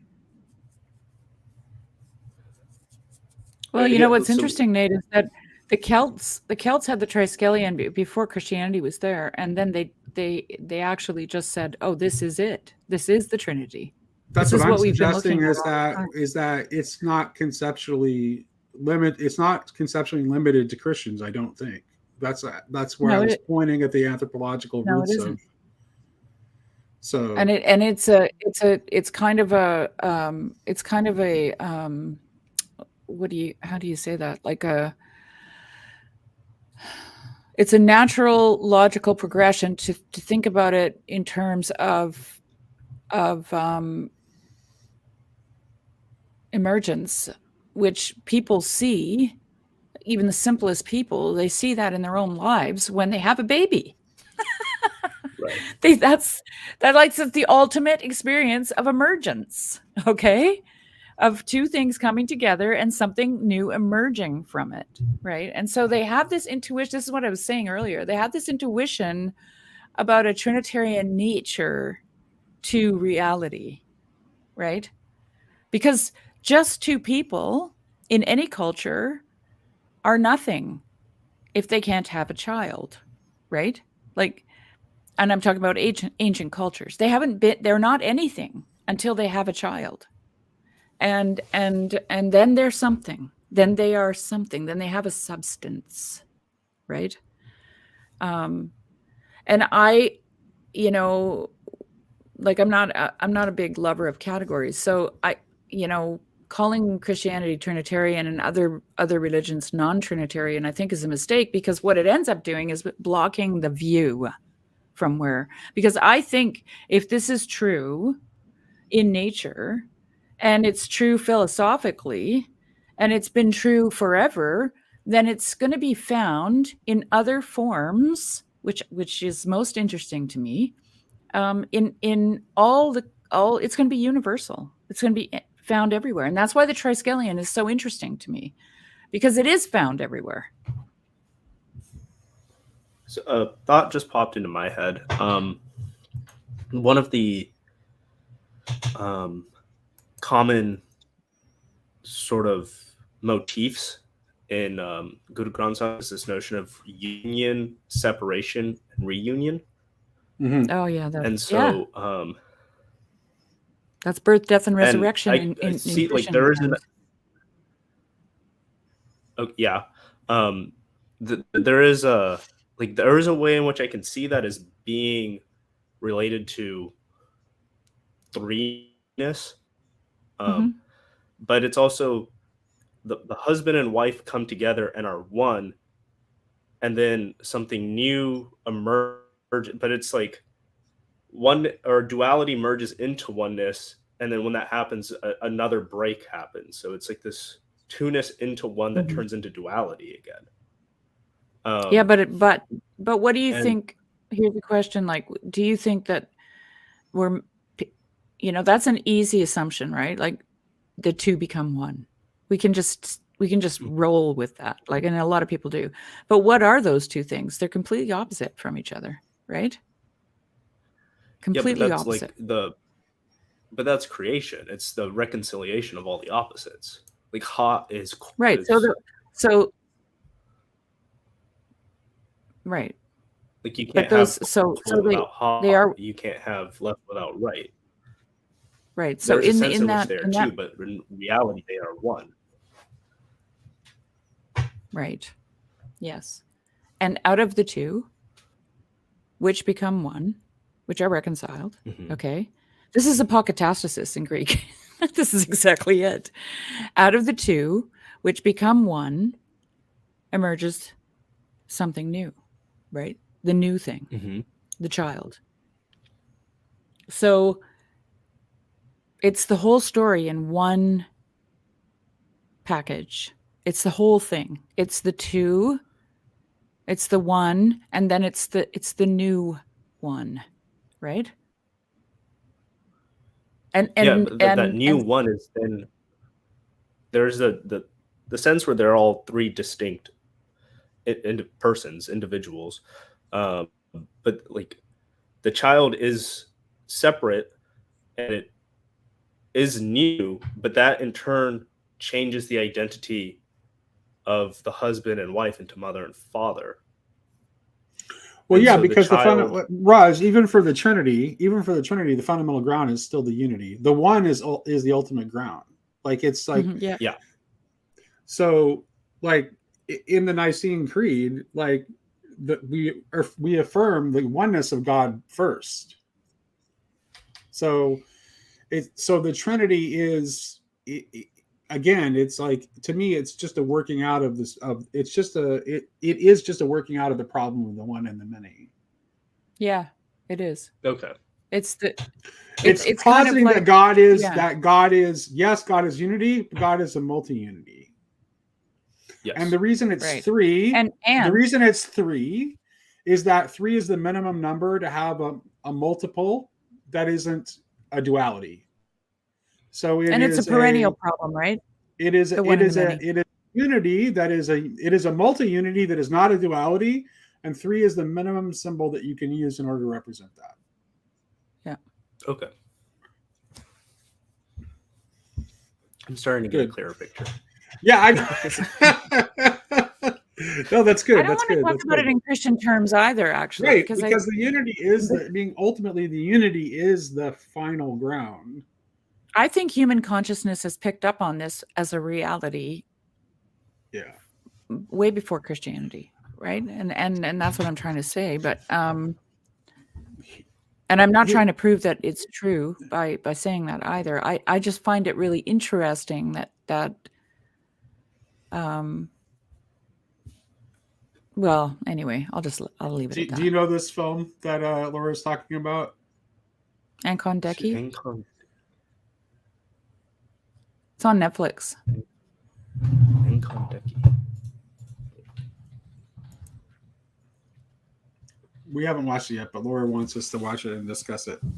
Laura's bugging us to. She really wants us to watch it. I need to get on it already. Laura, we'll watch it. Laura should be here discussing it. Yeah, too. I know. It's on Netflix? Yeah, it's on Netflix from 2013. Okay. Yeah. Yeah. So. Well, thank you for indulging us in the Trinity talk. I did try to do my best to try to keep it as non-theological as possible. But it is conceptually important to me. So And the reason I might try to explain Yeah, why I it's mean- conceptually important to me. Here's the thing. Here's the advantage I see of holding to the Trinity, at least ontologically, even if not as a theological principle, is that it makes it more easy for us to see the way in which the ground. And this is interesting because actually this gets into something I want to talk to you about, because when you were talking I think it was in the first conversation you had with Paul, you were talking about how like your tradition actually like shies away from saying that God is person or a person, Yeah. right? And so I think this is the key. And I think it's like to say God is a person is not correct. What I would say is God is person. Yeah. And there's a distinction. And I want to know if you would agree with that or not. And I think that so the Trinity is actually trying to point toward that as well. Because if you look at merely the unity, you do run the risk of conceiving of a God that has no person whatsoever, right? That is simply just like a God that is just like some kind of brute fact is like the source, and it has no like a the force, an empty force, a source that has no content. It can actually become nihilism if it's just if you're only thinking of God in the unity only. But if you're thinking of God as a multi-unity, using and the Trinity isn't the only symbol. Like they're definitely like in Judaism, I think Kabbalah gives you a way of conceiving of God as a multi-unity too. So there are other ways of conceiving of God as a multi-unity. But in order to see the ground of being as love, to see being as good, to see being as worthwhile, then you need to have that sense of multi-unity. Otherwise, it doesn't. There's no way of us relating to it, or of us relating to it, or vice versa. Like there's no possibility of that kind of reciprocity that I was talking about earlier. It does not exist. In which case, it's almost like, who cares if you like? Who cares about like a God like that is like we should be absolutely indifferent toward, because it has no meaning for us at all. Right. So because we have no meaning for it. Correct. Yeah. Right. You need to have the relationship. Correct. So in the guru is it's kind of conceptualized in three different ways. There's the nirguna guru, which means the guru without qualities, and this is kind of like God and his transcendence. And then there's the sarguna guru, and that's the guru with qualities. And so we would consider like the human gurus to be the sargun guru, or when you see God's presence in creation, that would be the sargun. This is interesting. Guru. But then you have a third form, which is the shabad guru, and the shabad is the word. So you have the quality list, the guru without quality, the guru with quality, and then the shabad, the word. The word, and like the word is the mediation between the qualityless and the qualitative. Right, because the word demands a response.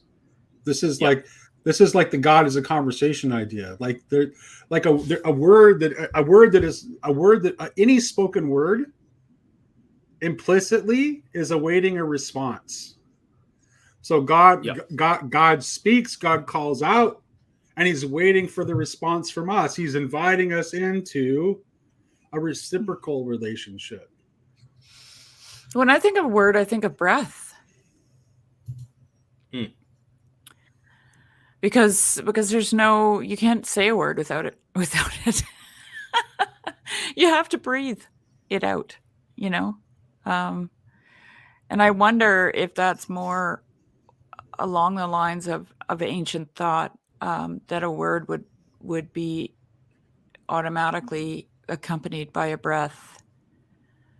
And then, when you were talking about the guru without quality and the guru with qualities, I was thinking of the energies X essence and energies distinction that we talked about this morning, Nate,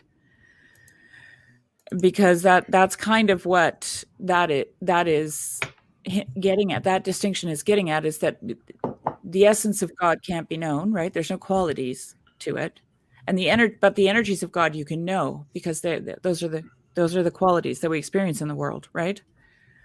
So I say, like, sometimes I think maybe I'm too reductive, but I just see a lot of similarities across religions. And what I think ends up happening is, I don't know what talk I watched this in, but somebody mentioned Julian of Norwich maybe it was that Chris Green in one of his sermons said Julian of Norwich had made the statement that she wanted to unfamiliarize the familiar. And because what happens is we start throwing around terms, right? And we stop thinking about what they actually mean or could have meant, because we lay our modernity on top of them, or our understanding of those things on top of it, or theological definitions of those words, which are sterile, in my opinion, right? They don't have life. And I personally think there is only one reality. Well, Sherry, right? think about this. I want to go back to the. I want to go back to the conversation. Let me just finish. Let me just finish this thought. And people are seeking God, and God has given them manifestations of Himself in the world through nature, through creation itself, right? And they're only ever going, and He made them pattern seeking. Okay, He made human beings pattern seeking, and then He created patterns to talk about Himself. And people are going to do that. They're all going to talk about Him in the way that they, in the cultural context, right? That they came to understand Him. Yeah. And you but see it's always going to be the same story. Right. And again, I want to go back to, like, I want to use this. I want to push this metaphor of conversation a little bit more, because to have a conversation, you can't have a real conversation if people aren't listening, right? If everyone's just waiting around to say their thing, if all I want to do is to speak my word, and I'm not also present to hear your word, if there is, if there's not a call and response, then it's not a conversation, right? And it's actually like it's the idea of the kind of the idea of that I keep talking about lately, of like the difference between trying to possess the logos for yourself. That's speaking your word. It's my logos. I own it. It belongs to me, and I want to use it to control and dominate you. And you're going to accept my logos, and I don't have any space to listen to what yours is. But if we're engaged in genuine dialogue and genuine conversation, we're doing something holy, because we have a chance to, instead of trying to possess the logos for ourselves, to work through the logos together to the actual logos of being, which happens in that reciprocity, which happens in that conversation, which happens in that dialogue. That's why John Vervaeke is insisting on construing dialogue as dialogos, is very good, because he's pointing toward, like, a lot of people think that dialogue means that two people, because they think it's die and not dia. But dia means through. Die means two, but dia means through. So it's dialogue is through the logos. Well, that's when Jesus says, when two or three are gathered in my name, there I am also, right? Yeah. That's what he's talking about. Right. And John will talk about the spirit in the room. And I think that I don't need John to, again, because I'm not going to insist on forcing my logos down John Vervaeke's throat. I don't need him to say that's the Holy Spirit, but for me, when I hear that, it's like, oh, that's what I'm talking about when I'm talking about the Holy Spirit.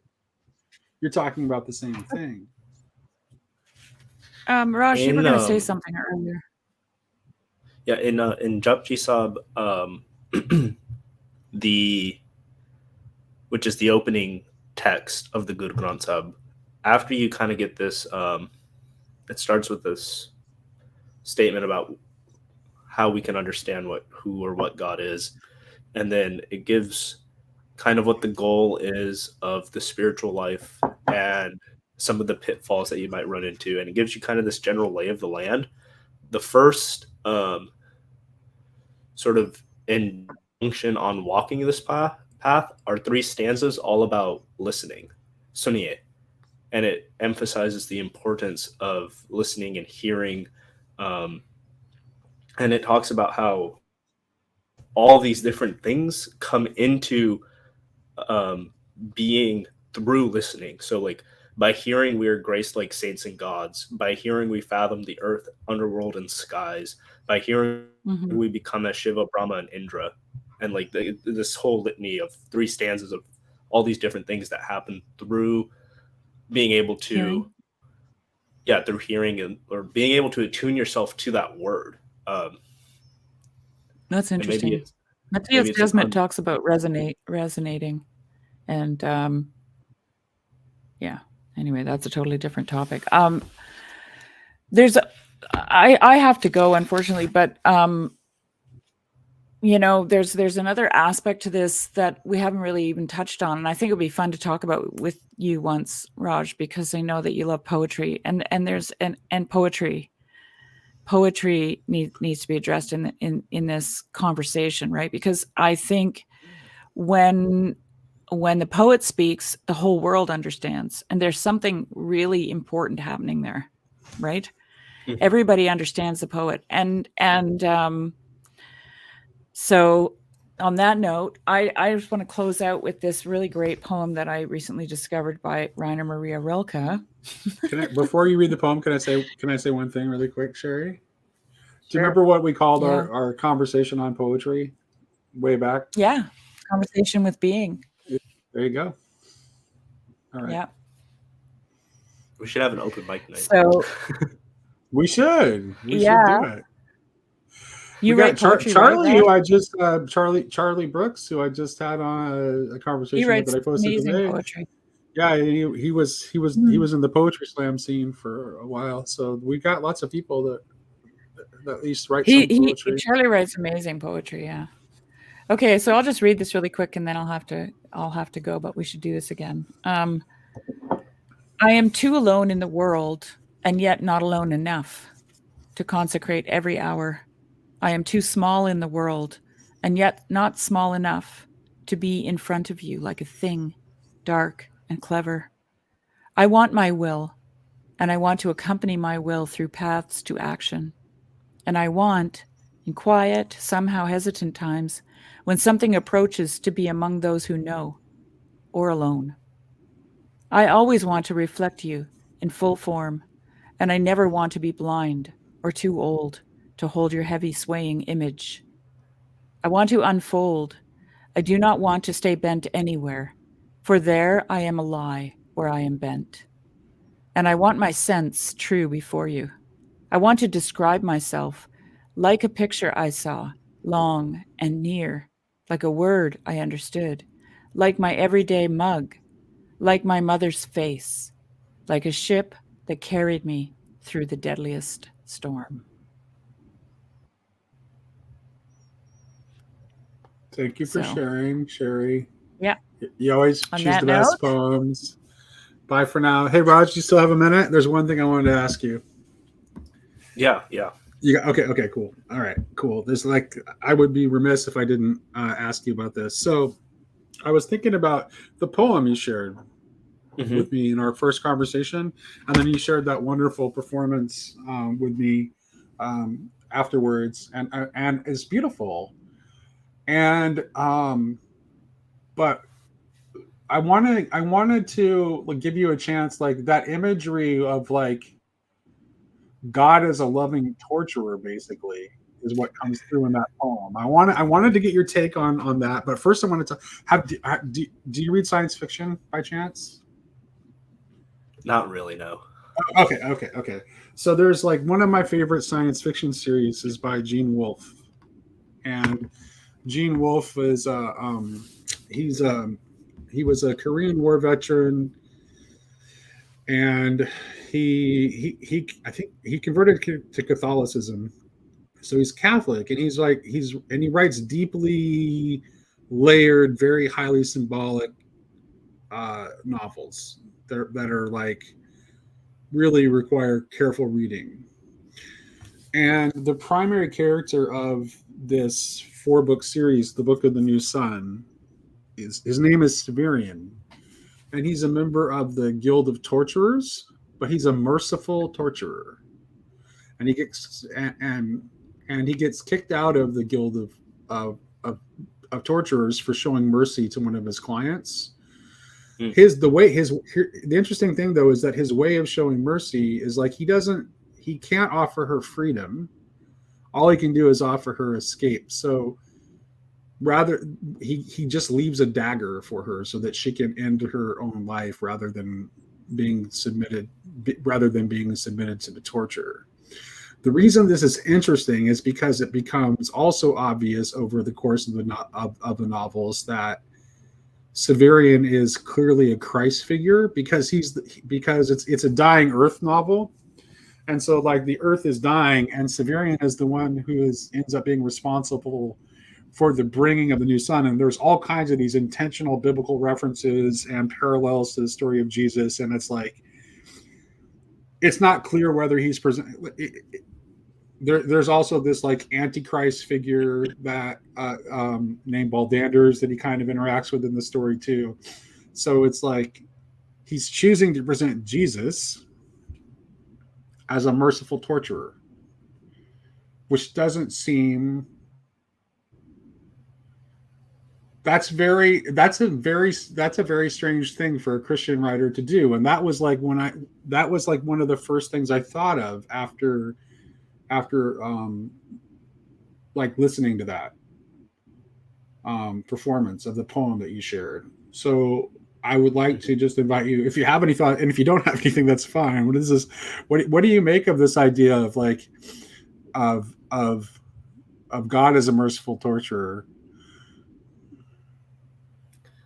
Well, in Guru Granth Sahib, it talks about how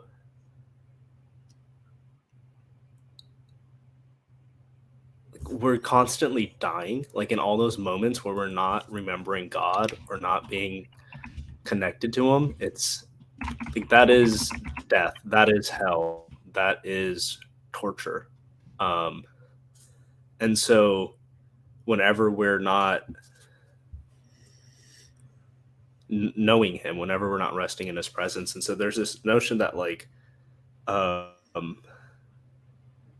it's always merciful when we can remember who God is. And then there's also this line in the afternoon prayer, Duk daru sukh rog hai, and that is pain is the medicine and pleasure or peace is the poison, because when you are experiencing pleasure, there is no thought of God. And so you need that pain to remember God again. And you know, there's just all those things in your life that happen where it's like, why is this happening? this seems like it sucks. It seems like this is horrible. Right. Yeah. No, very much. That's one of the other thing I thought of is like, it's kind of like you can see, I mean, that something like that. You can see connecting to like the Book of Job too. Mm-hmm. You know, it's like, well, why does God do all these things to Job? So, and it's even when God's torturing you, it's love. I don't. There's not much else I could say about it. Right? No, I don't think that. I think we're talking about like something that you can't. don't think that's not the kind of thing that will ever make sense to our reason. It's kind of like well, any monotheistic religion faces the problem of theodicy, right? So I think that this is actually a poetic attempt at dealing with theodicy, I think. Mm-hmm. And I think poetry is a better way of approaching theodicy than trying to do it rationally. Ultimately, we have to believe that all of it,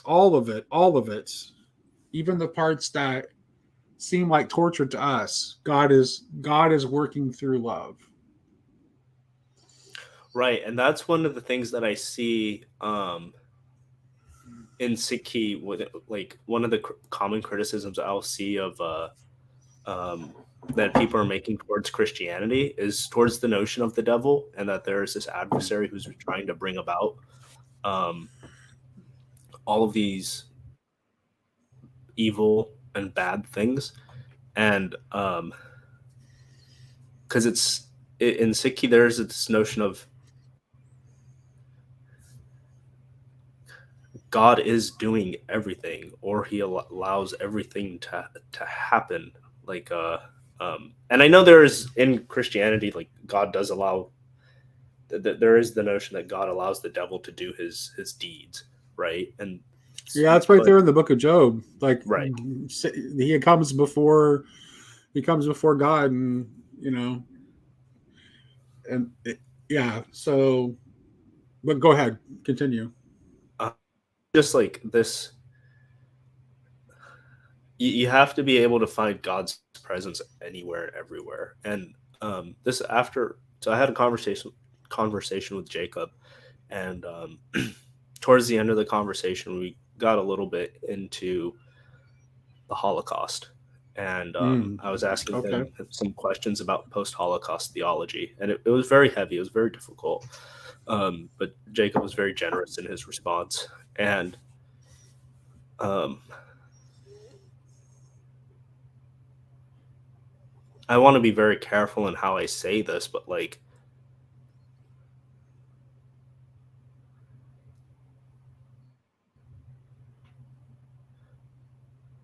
I guess the only thing worse than imagining God wasn't there during the Holocaust is that God was there during the Holocaust.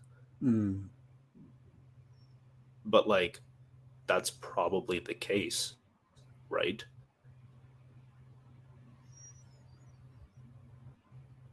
Yeah. Well, this is interesting. But I don't know if you were here for the earlier part of the conversation, and there's a way that might be true in a Oh, yes. Let's. We have an opportunity to get a very bright Jewish person in this conversation, so I would rather let them talk. So please, Hezi, jump in here before I make a mess of it. Because I was going to start talking about creation as incarnation again.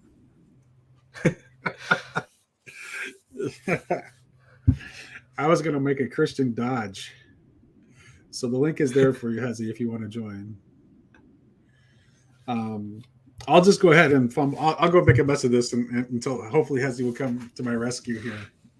But so to me, it has to do so one of the other ways of thinking about the unity and the multiplicity and this Trinitarian interplay, from my standpoint, is that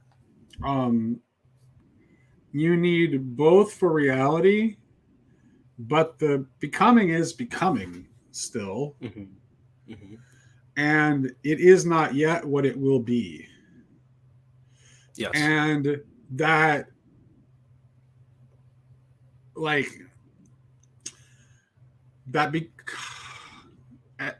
everything that happens between, for me, that everything that to me as a Christian, it's like providence is bounded. Well, lots of Christians think differently. For the kind of Christian I am, the providence is bounded by the Alpha and Omega. So the origin and the ultimate horizon, the eschaton, are determined in God, right? Mm-hmm. And ultimately, they are the same. I think that the person of Christ just simply is what that looks like. That creation and incarnation are actually the same thing. And that history exists because persons cannot exist without a history. But that much of our history, in the end, will be judged to be damnable and false. And will be burned away. And so, when I'm saying that, like, God was there, there's all, like, the people who are participating in the horrors are also, like, are also God. You can say it. To me, you can say that without. There's that aspect, but it's also like the refusal to do the listening, right? Yes, it's like, correct. So, and that's like the veil has become so thick that there's no like the recognition is not it's so hard to I actually pasted the wrong link for Huzzy. Okay. It's in the Discord link because someone had messaged me and asked for the link to the Discord, and I that was the last thing that was in my memory, but I thought it was the StreamYard link, so I pasted the wrong thing, and it's like, oh, I can't join. Can you backtrack for me, because I was busy trying to paste that in there and I missed part of that. And I want to hear so like there is a sense in which God is in everybody, but like the more alienated that you are from that, the less godly you're going to act.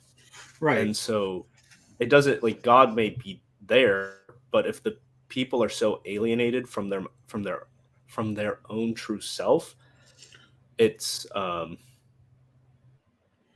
there's a story I read in Martin Buber's collection of Hasidic tales, and it's a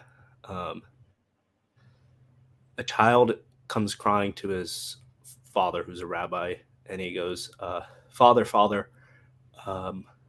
we were playing hide and go seek, and none of the kids came looking for me. And the rabbi starts crying, and he says, "Now you know how God feels." Yeah. No, that's good. No, yeah, right. And I think this is related to the thing I was talking about earlier about, like, essentially, and this is the idea. Sherry and I will talk about. We get this idea from Tom Berg. You'll hear us talking about the closed world of the serpent. This is related to the idea too of possessing the logos for yourself, where your conception of the logos is closed. You have it. I have it entirely complete. It's totalitarian, right?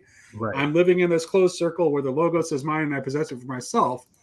But in order for dia-logos to be possible, there has to be an opening. It has to be an open circle. Good evening, or good afternoon. Hey, Huzzy.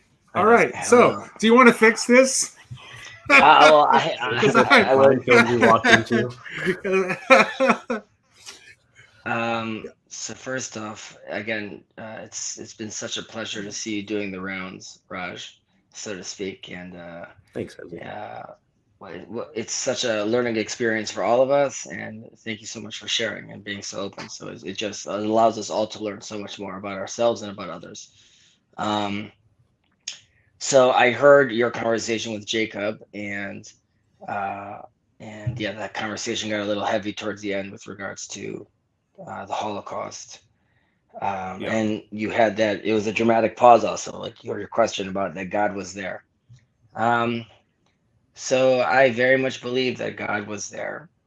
I didn't speak about this with Jacob yet, but I'm not of the school of thought that this was not that, of course, I understand or know or think I know what God was planning, but I don't think this was a response to the rise of Reform Judaism in Germany, and this was like Hitler had lists of Jews everywhere, which is like what's very frightening. Like, specific numbers in specific villages. Like the guy was had a plan and it was very methodical.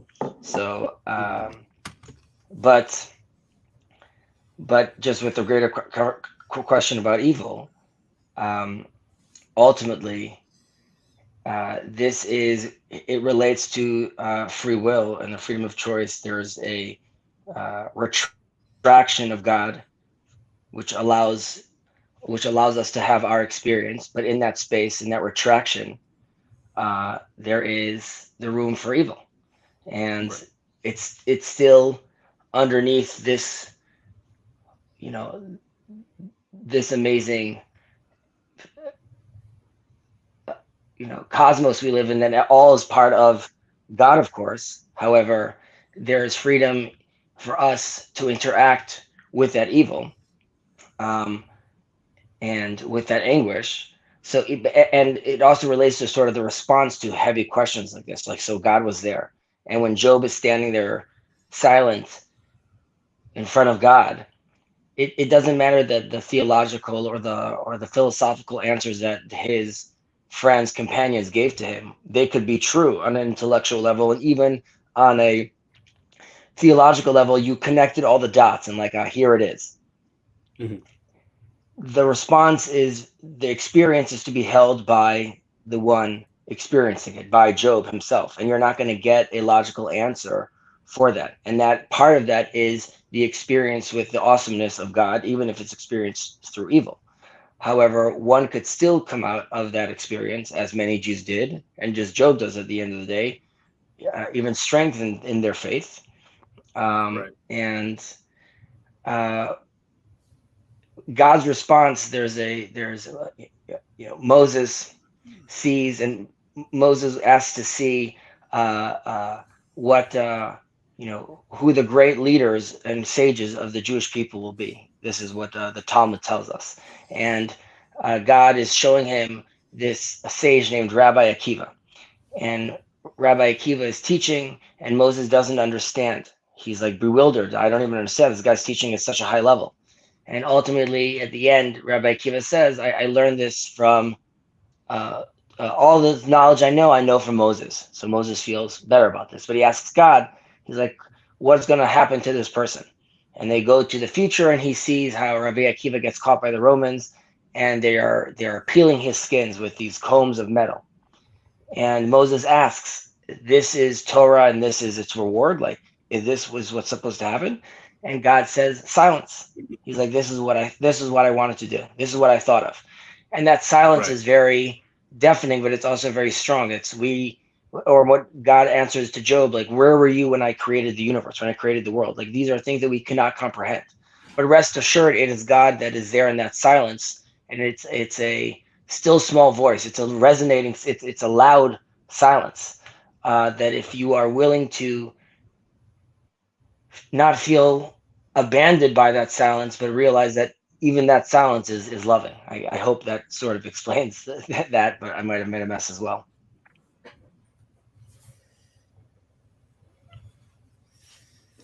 Here's the question I have for you. Oh, go ahead. Well, I was just thinking, like, that silence is, are you going to keep standing? Right? It's kind of like that silence is kind of a question, isn't it? A loving question. Yes, and back to, I'm sorry to take it back to Job, but and also we sort of even Satan, he comes from the nothingness. He comes from, in Hebrew, at least the way the text brings it out, he sort of comes from out about and asks God about Job. Now he tells Job, you've created a fence around him. This guy has everything in his life. And for him to have the experience with God, God needs to drill down, so to speak, and really expose him, rip off those layers and expose himself. Now that's a question. Can you feel so exposed? Are you willing to, even at this point, when all of these layers are fully exposed, can you even see me then? Can you be there when in this full quote unquote nakedness of yourself, in this mountain of shame or mountain of pain that you're dealing with, and see me then? I don't know if that's necessarily, if that is necessarily an experience everyone has to go through to that extent to see or meet God. However,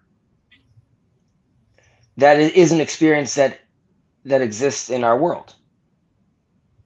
I think it's an experience that most, if not all, the major traditions have gone through. Like, there are stories in Sikhi where the Mughals would torture us in horrific ways. Like they would take infants and chop them up and make a garland out of the infants' limbs and body parts, and then place them over the mothers.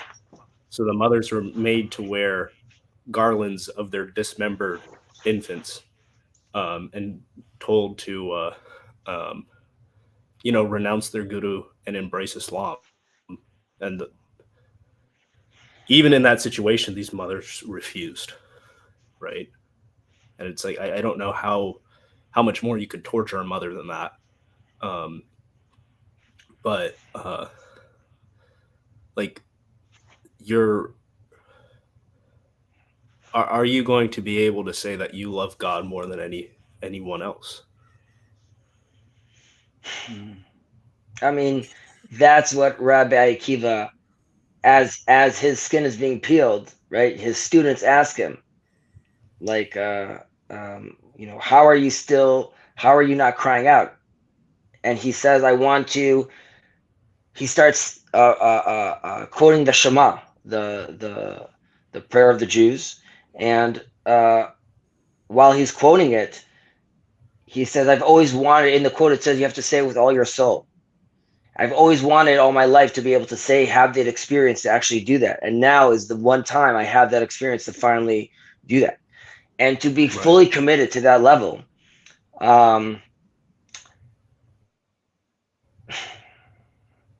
Yeah,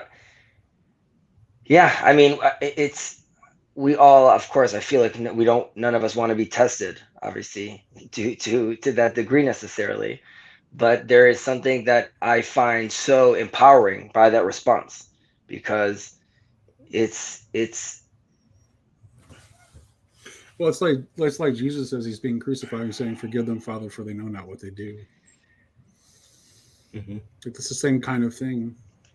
Also, talking about silence, that makes me think of the Shisako Enzo novel Silence, where sometimes maybe in order to be true to God,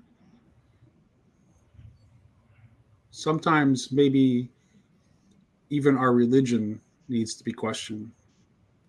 Because what happens in that novel is that the priest, in order to save another human being from pointless suffering, is forced to apostatize.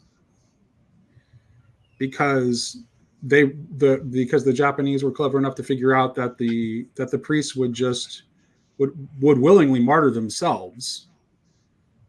So in order to stop the spread of Christianity, they resorted to threatening to kill innocents who had nothing to do with it, so that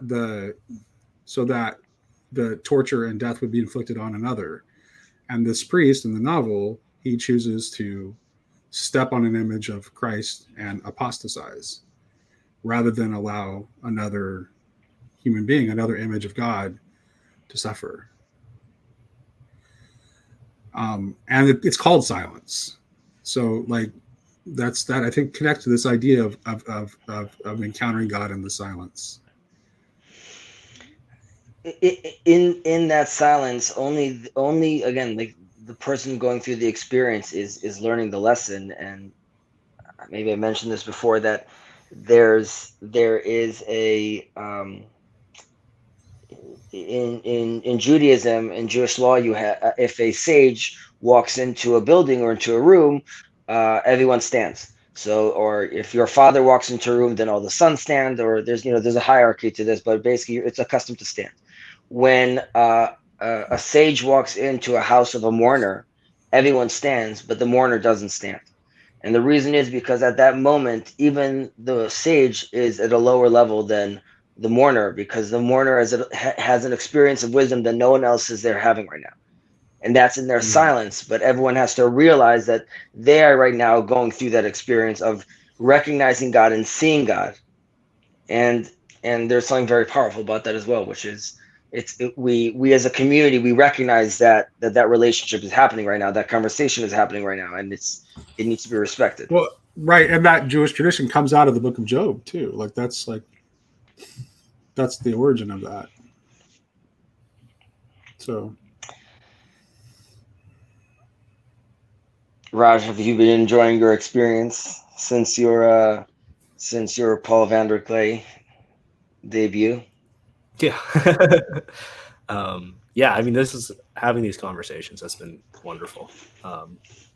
Really learning a lot and getting to meet some wonderful people like Nate here and yourself, Hezi. Oh, my pleasure. But yeah, Nate's serious, and his channel is also really like a fountain of knowledge. I think this is the first time Hezi's been on Grail Country, so welcome Hezi, Grail Country debut. Much appreciated. So, thank you so much. Yeah, no, it's good to have you here. Good to have you here. C.S. Lewis has a good quote about evil, that the experience is sort of as a sculptor is banging on or chiseling on his his piece of marble or his stone. Every bash is very painful. Every hit is very painful. Only at the end do you recognize the masterpiece, but you have to go through that. You have to go through that experience of pain initially. So again, I going back to when I jumped on, I don't think, or at least the relationship that I have with my God, or my understanding with my God, isn't the one that is teaching the Jewish people a lesson via killing 6 million Jews. While I know that there are Jews that connected, prophecies about that, and have Bible scripture to say this is because of X. However, I do believe in a general pattern that the Bible has given us in its divine wisdom, and the heartache of Israel is not something that I could deny, or slide aside as just like, oh, this is just a coincidence. Its impact on the world is indicative of its historic event, and it's sort of as epic as the Jewish story in a certain extent. So there's something to that as well. But again, these are, to me, all I don't want to say end time data points or indications, but we're in beautiful times. I'm an optimist in the end of the day. I think I am too. Again, these conversations are indicative of that. Specifically, that you have a Batman shirt on, which is the best superhero. No, I do share your sense of What did you guys think of? Did you got that latest Batman film? What did you guys think of it? I don't have free will. I'm a Batman diehard ever since I'm a child. So I'll watch everything that Batman comes out. But I was a fan. I was a fan of a lot of the gadgets they added. They made it, they played around with the detective concept a little more. Yeah, my son is a huge Batman fan, and he just absolutely adored it. And I was just kind of curious because there certainly were some strong opinions against it. But I thought it was doing a good job of I don't know if you guys saw my conversation with Chris Green, but we talked about this kind of this sort of pattern of American storytelling.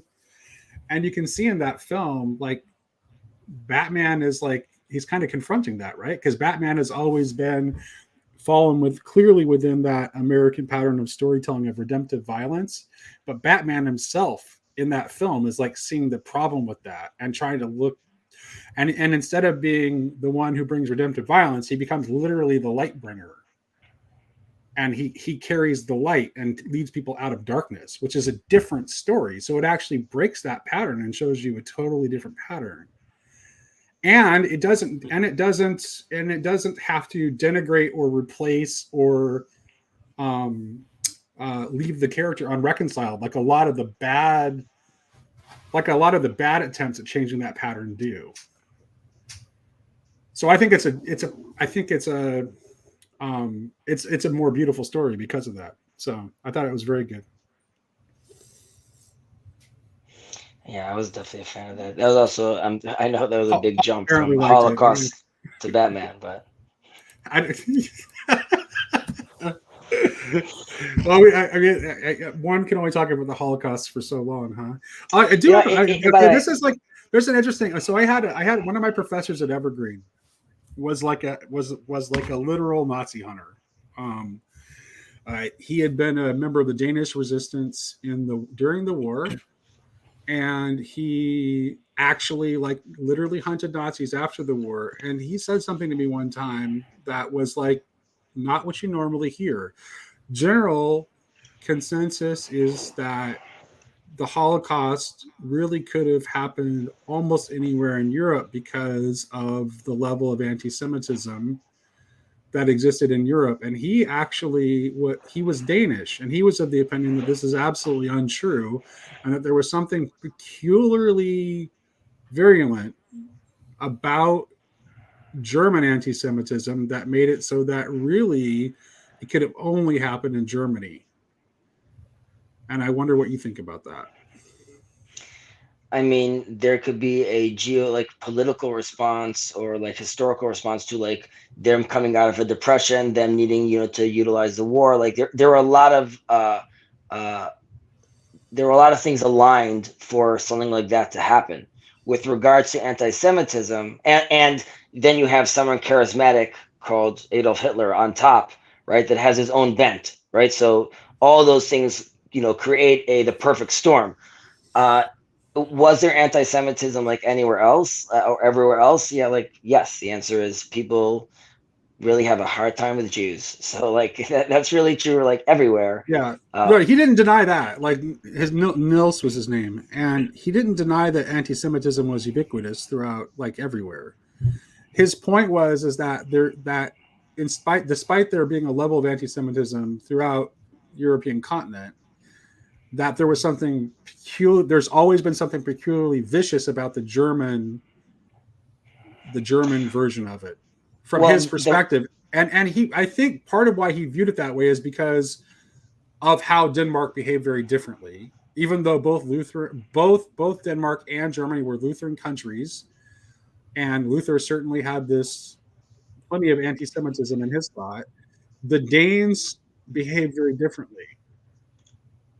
I think culturally, first of all, Judaism or even the assimilated Jews in Germany really assimilated into the culture, and then hearing from the Nazi propaganda about the issue with the Jew, to them was also became very scary. It became very apparent that like this problematic race or these problematic people are already fully assimilated, like very, very well into the culture, into the music, into the high society. So I think there was generally alarming, which also had a very visceral response.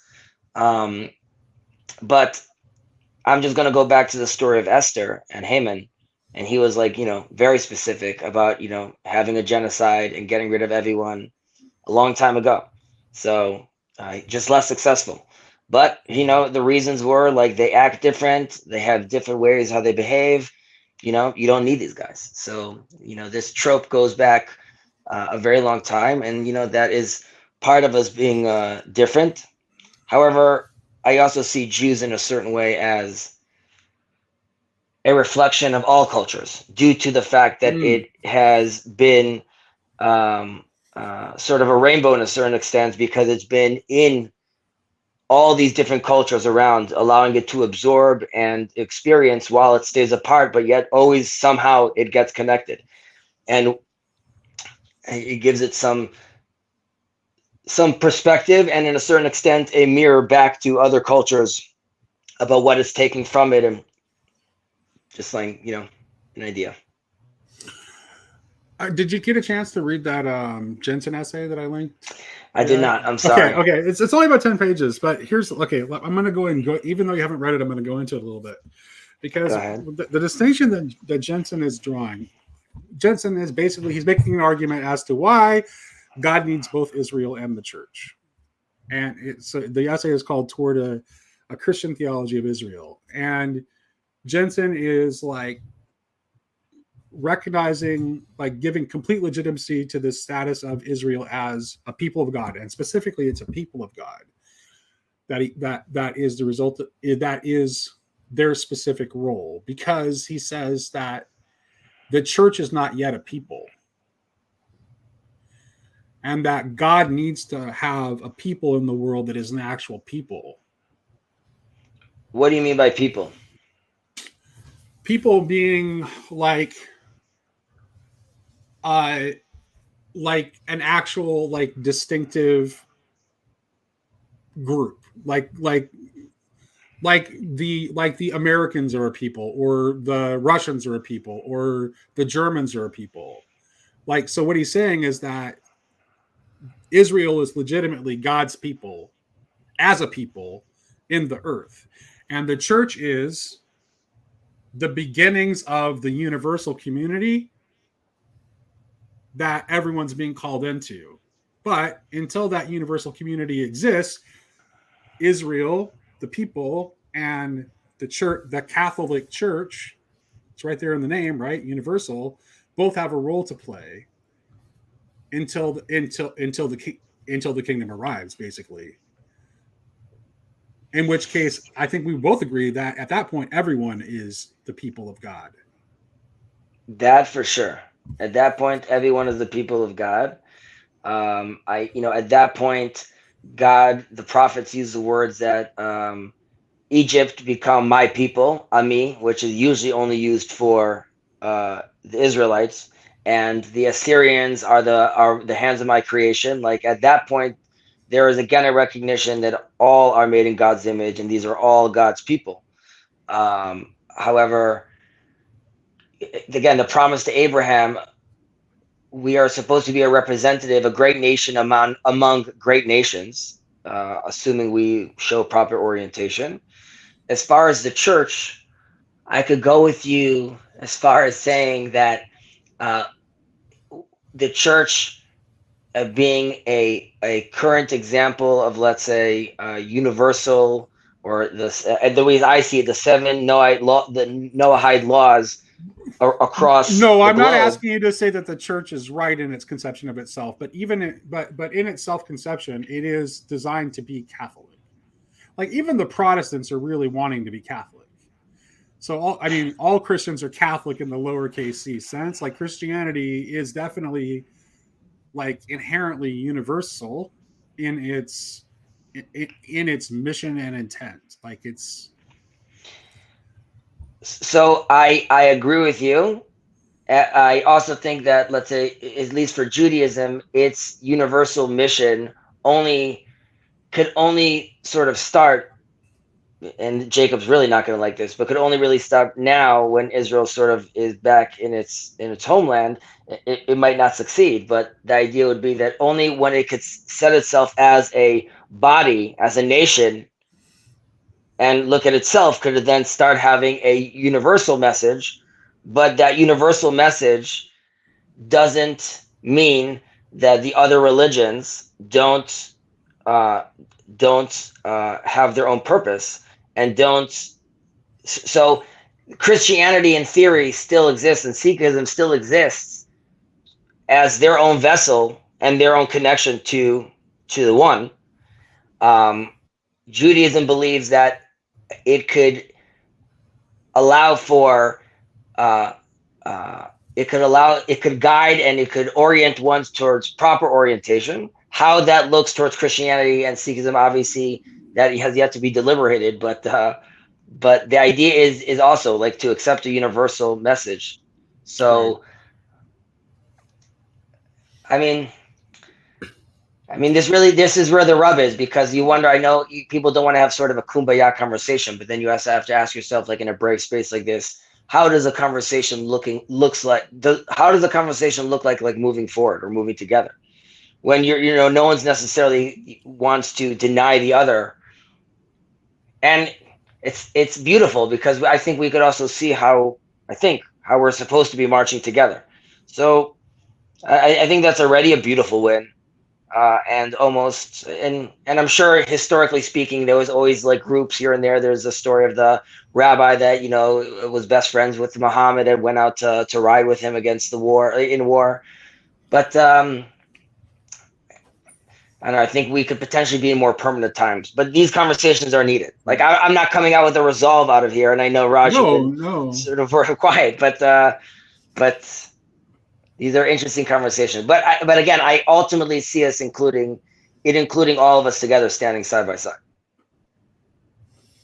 I was reading something. I'm trying to remember where I read it. Oh, it was actually Girard said that. Rene Girard said this. He said that Christianity is the only religion that has predicted its own demise.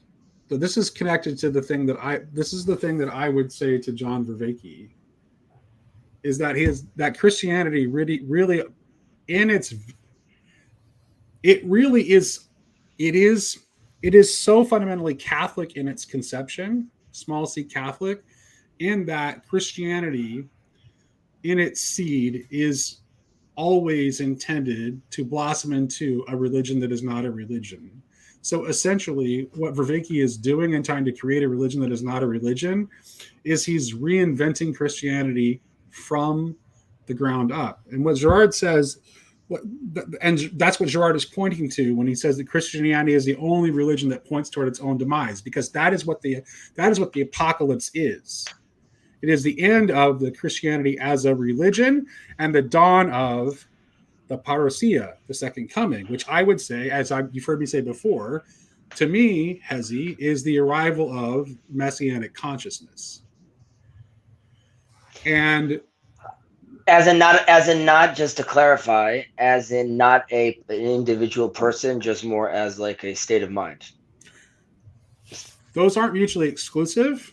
Sure. And that would be a conversation to have, but it's definitely, in order for the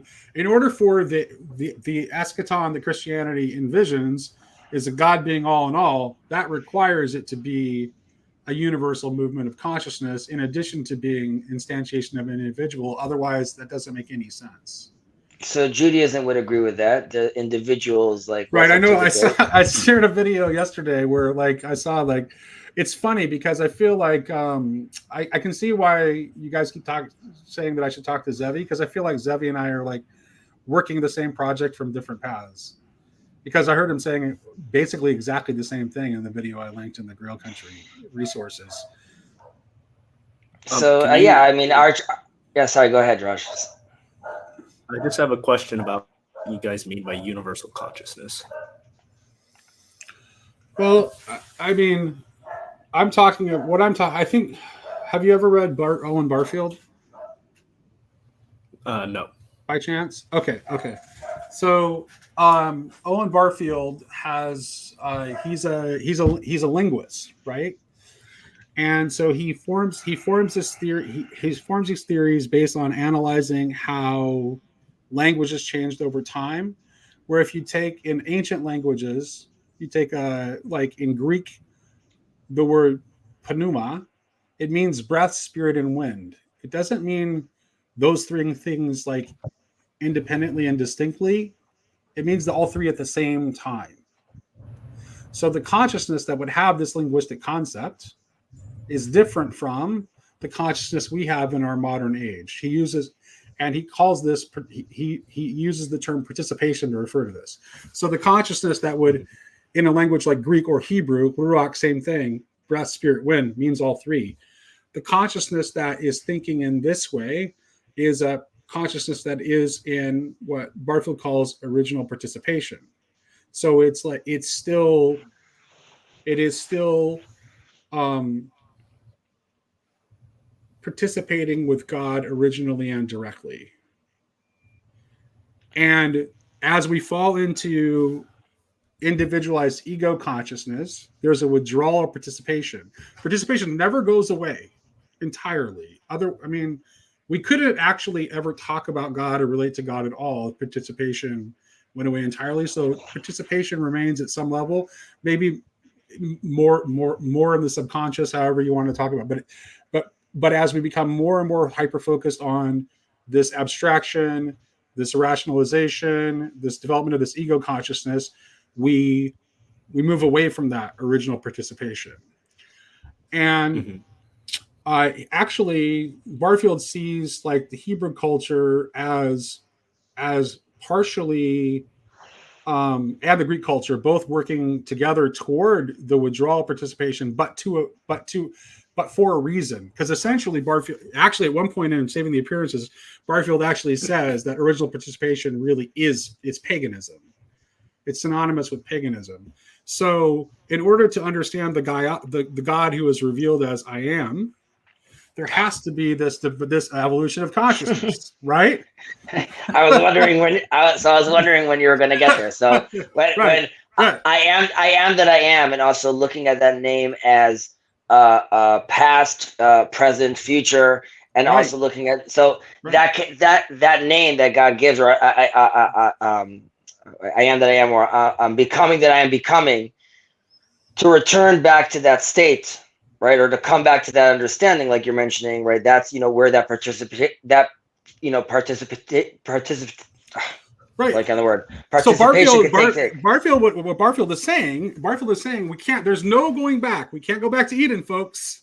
There's no going back to. We can't go back to the consciousness of original participation, and that way is not open to us.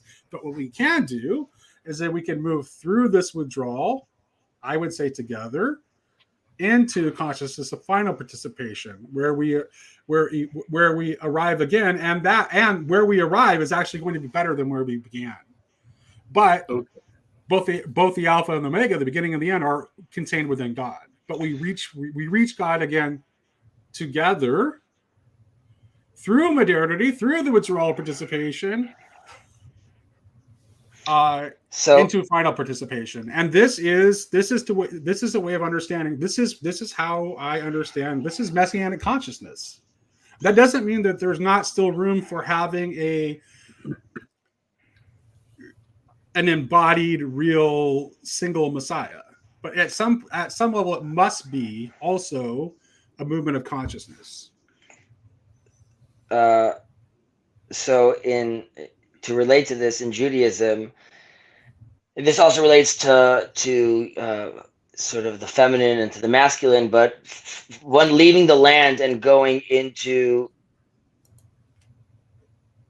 exile, there was a strong focus on the masculine, on creating a system, there's a certain withdrawal that is needed to sort of, there's exoskeleton that you're building around yourself to start figuring out how to have these concepts, how to have these abstract ideas. You're giving them some sort of form over this long process, but ultimately it needs to come, and you need to experience it back on the land. And the land is a lot more, a much more, connected to nature, a lot more feminine. And when you were relating also back to the paganism, that was like a version of that, where we need to have that sort of embodied a connection with that as well. And via that, that sort of God, people, land together, you could sort of go back to that participation, or which that kind of leads us connection. to understand why there's a role in this for both a people of God and something like the church. I'm checking. Let's get Raj in here too somehow. Gosh. Yeah. Right. Okay. So like the prophet actually always says. Hezi. Let me be very clear. To me, the church is the cosmos. Ultimately, that's the church is the cosmos. It is and Raj is part of the church, and so are you. Raj, we made it in. So in Sikhi, this individualized consciousness is kind of what you're always trying to get over. They're the home, the I me, and the goal is to move away from that. There is this elevation of consciousness. So man tu jot sarup hai. So mind, your form is that of the divine light. And so when you can and that can only come through breaking down that barrier of the I me, of the ego consciousness. And you're trying to sort of live in that that intuitive capacity of the divine light more and more throughout your life. And this is brought about through the steps laid out in Japji Sabra, listening or hearing is integral to this process. But then there's also this other notion called maniye, which is about usually gets accepted as acceptance. And so this comes to mean something like acceptance of the other or acceptance of the divine will. And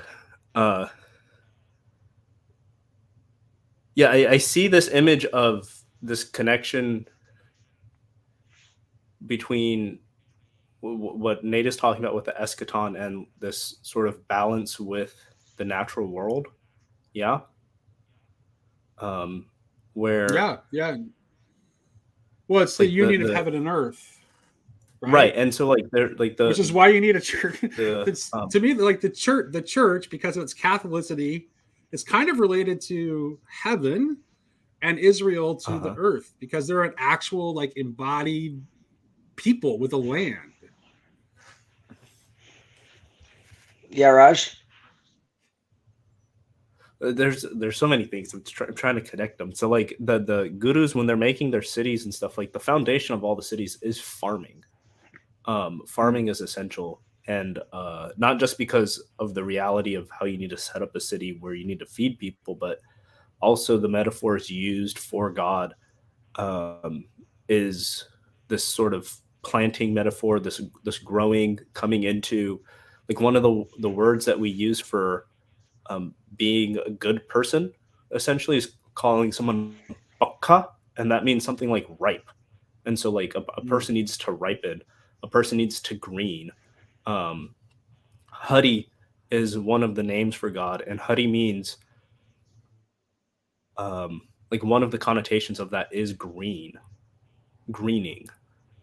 And there's also these notions of blossoming found throughout the text, where like the end of the last line in Guru Granth Sahib is Nanak naam miliyeta jivan tana mana thivya hariya, which means like, oh Nanak, that meeting with the Lord's name has caused my mind and body to blossom.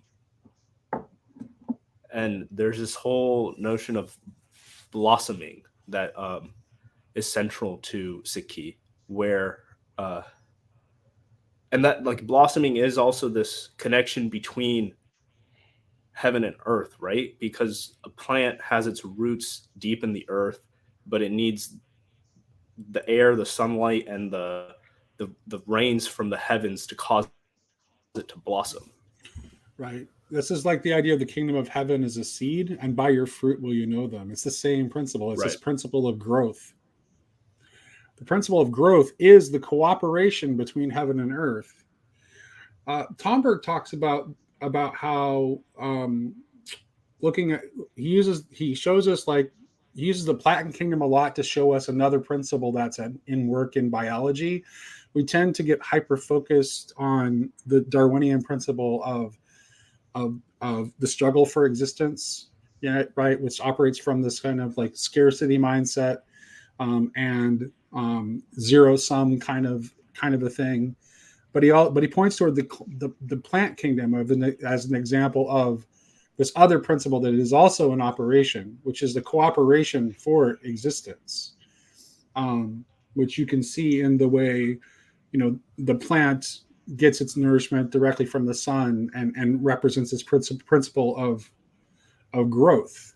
And there's no element of famine mentality.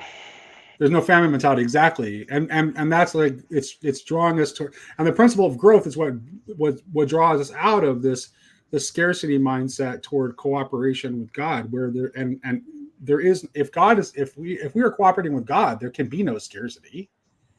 Well, this is one of the things that like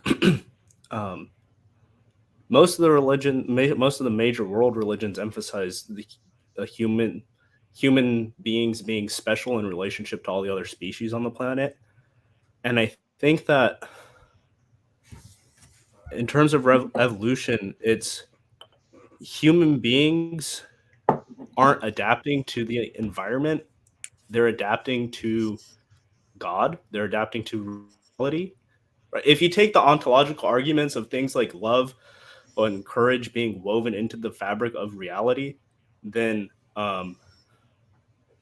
the species which is able to recognize the underlying patterns and attune themselves to that are going to outcompete the species which are only adapting to the surface levels of the environment.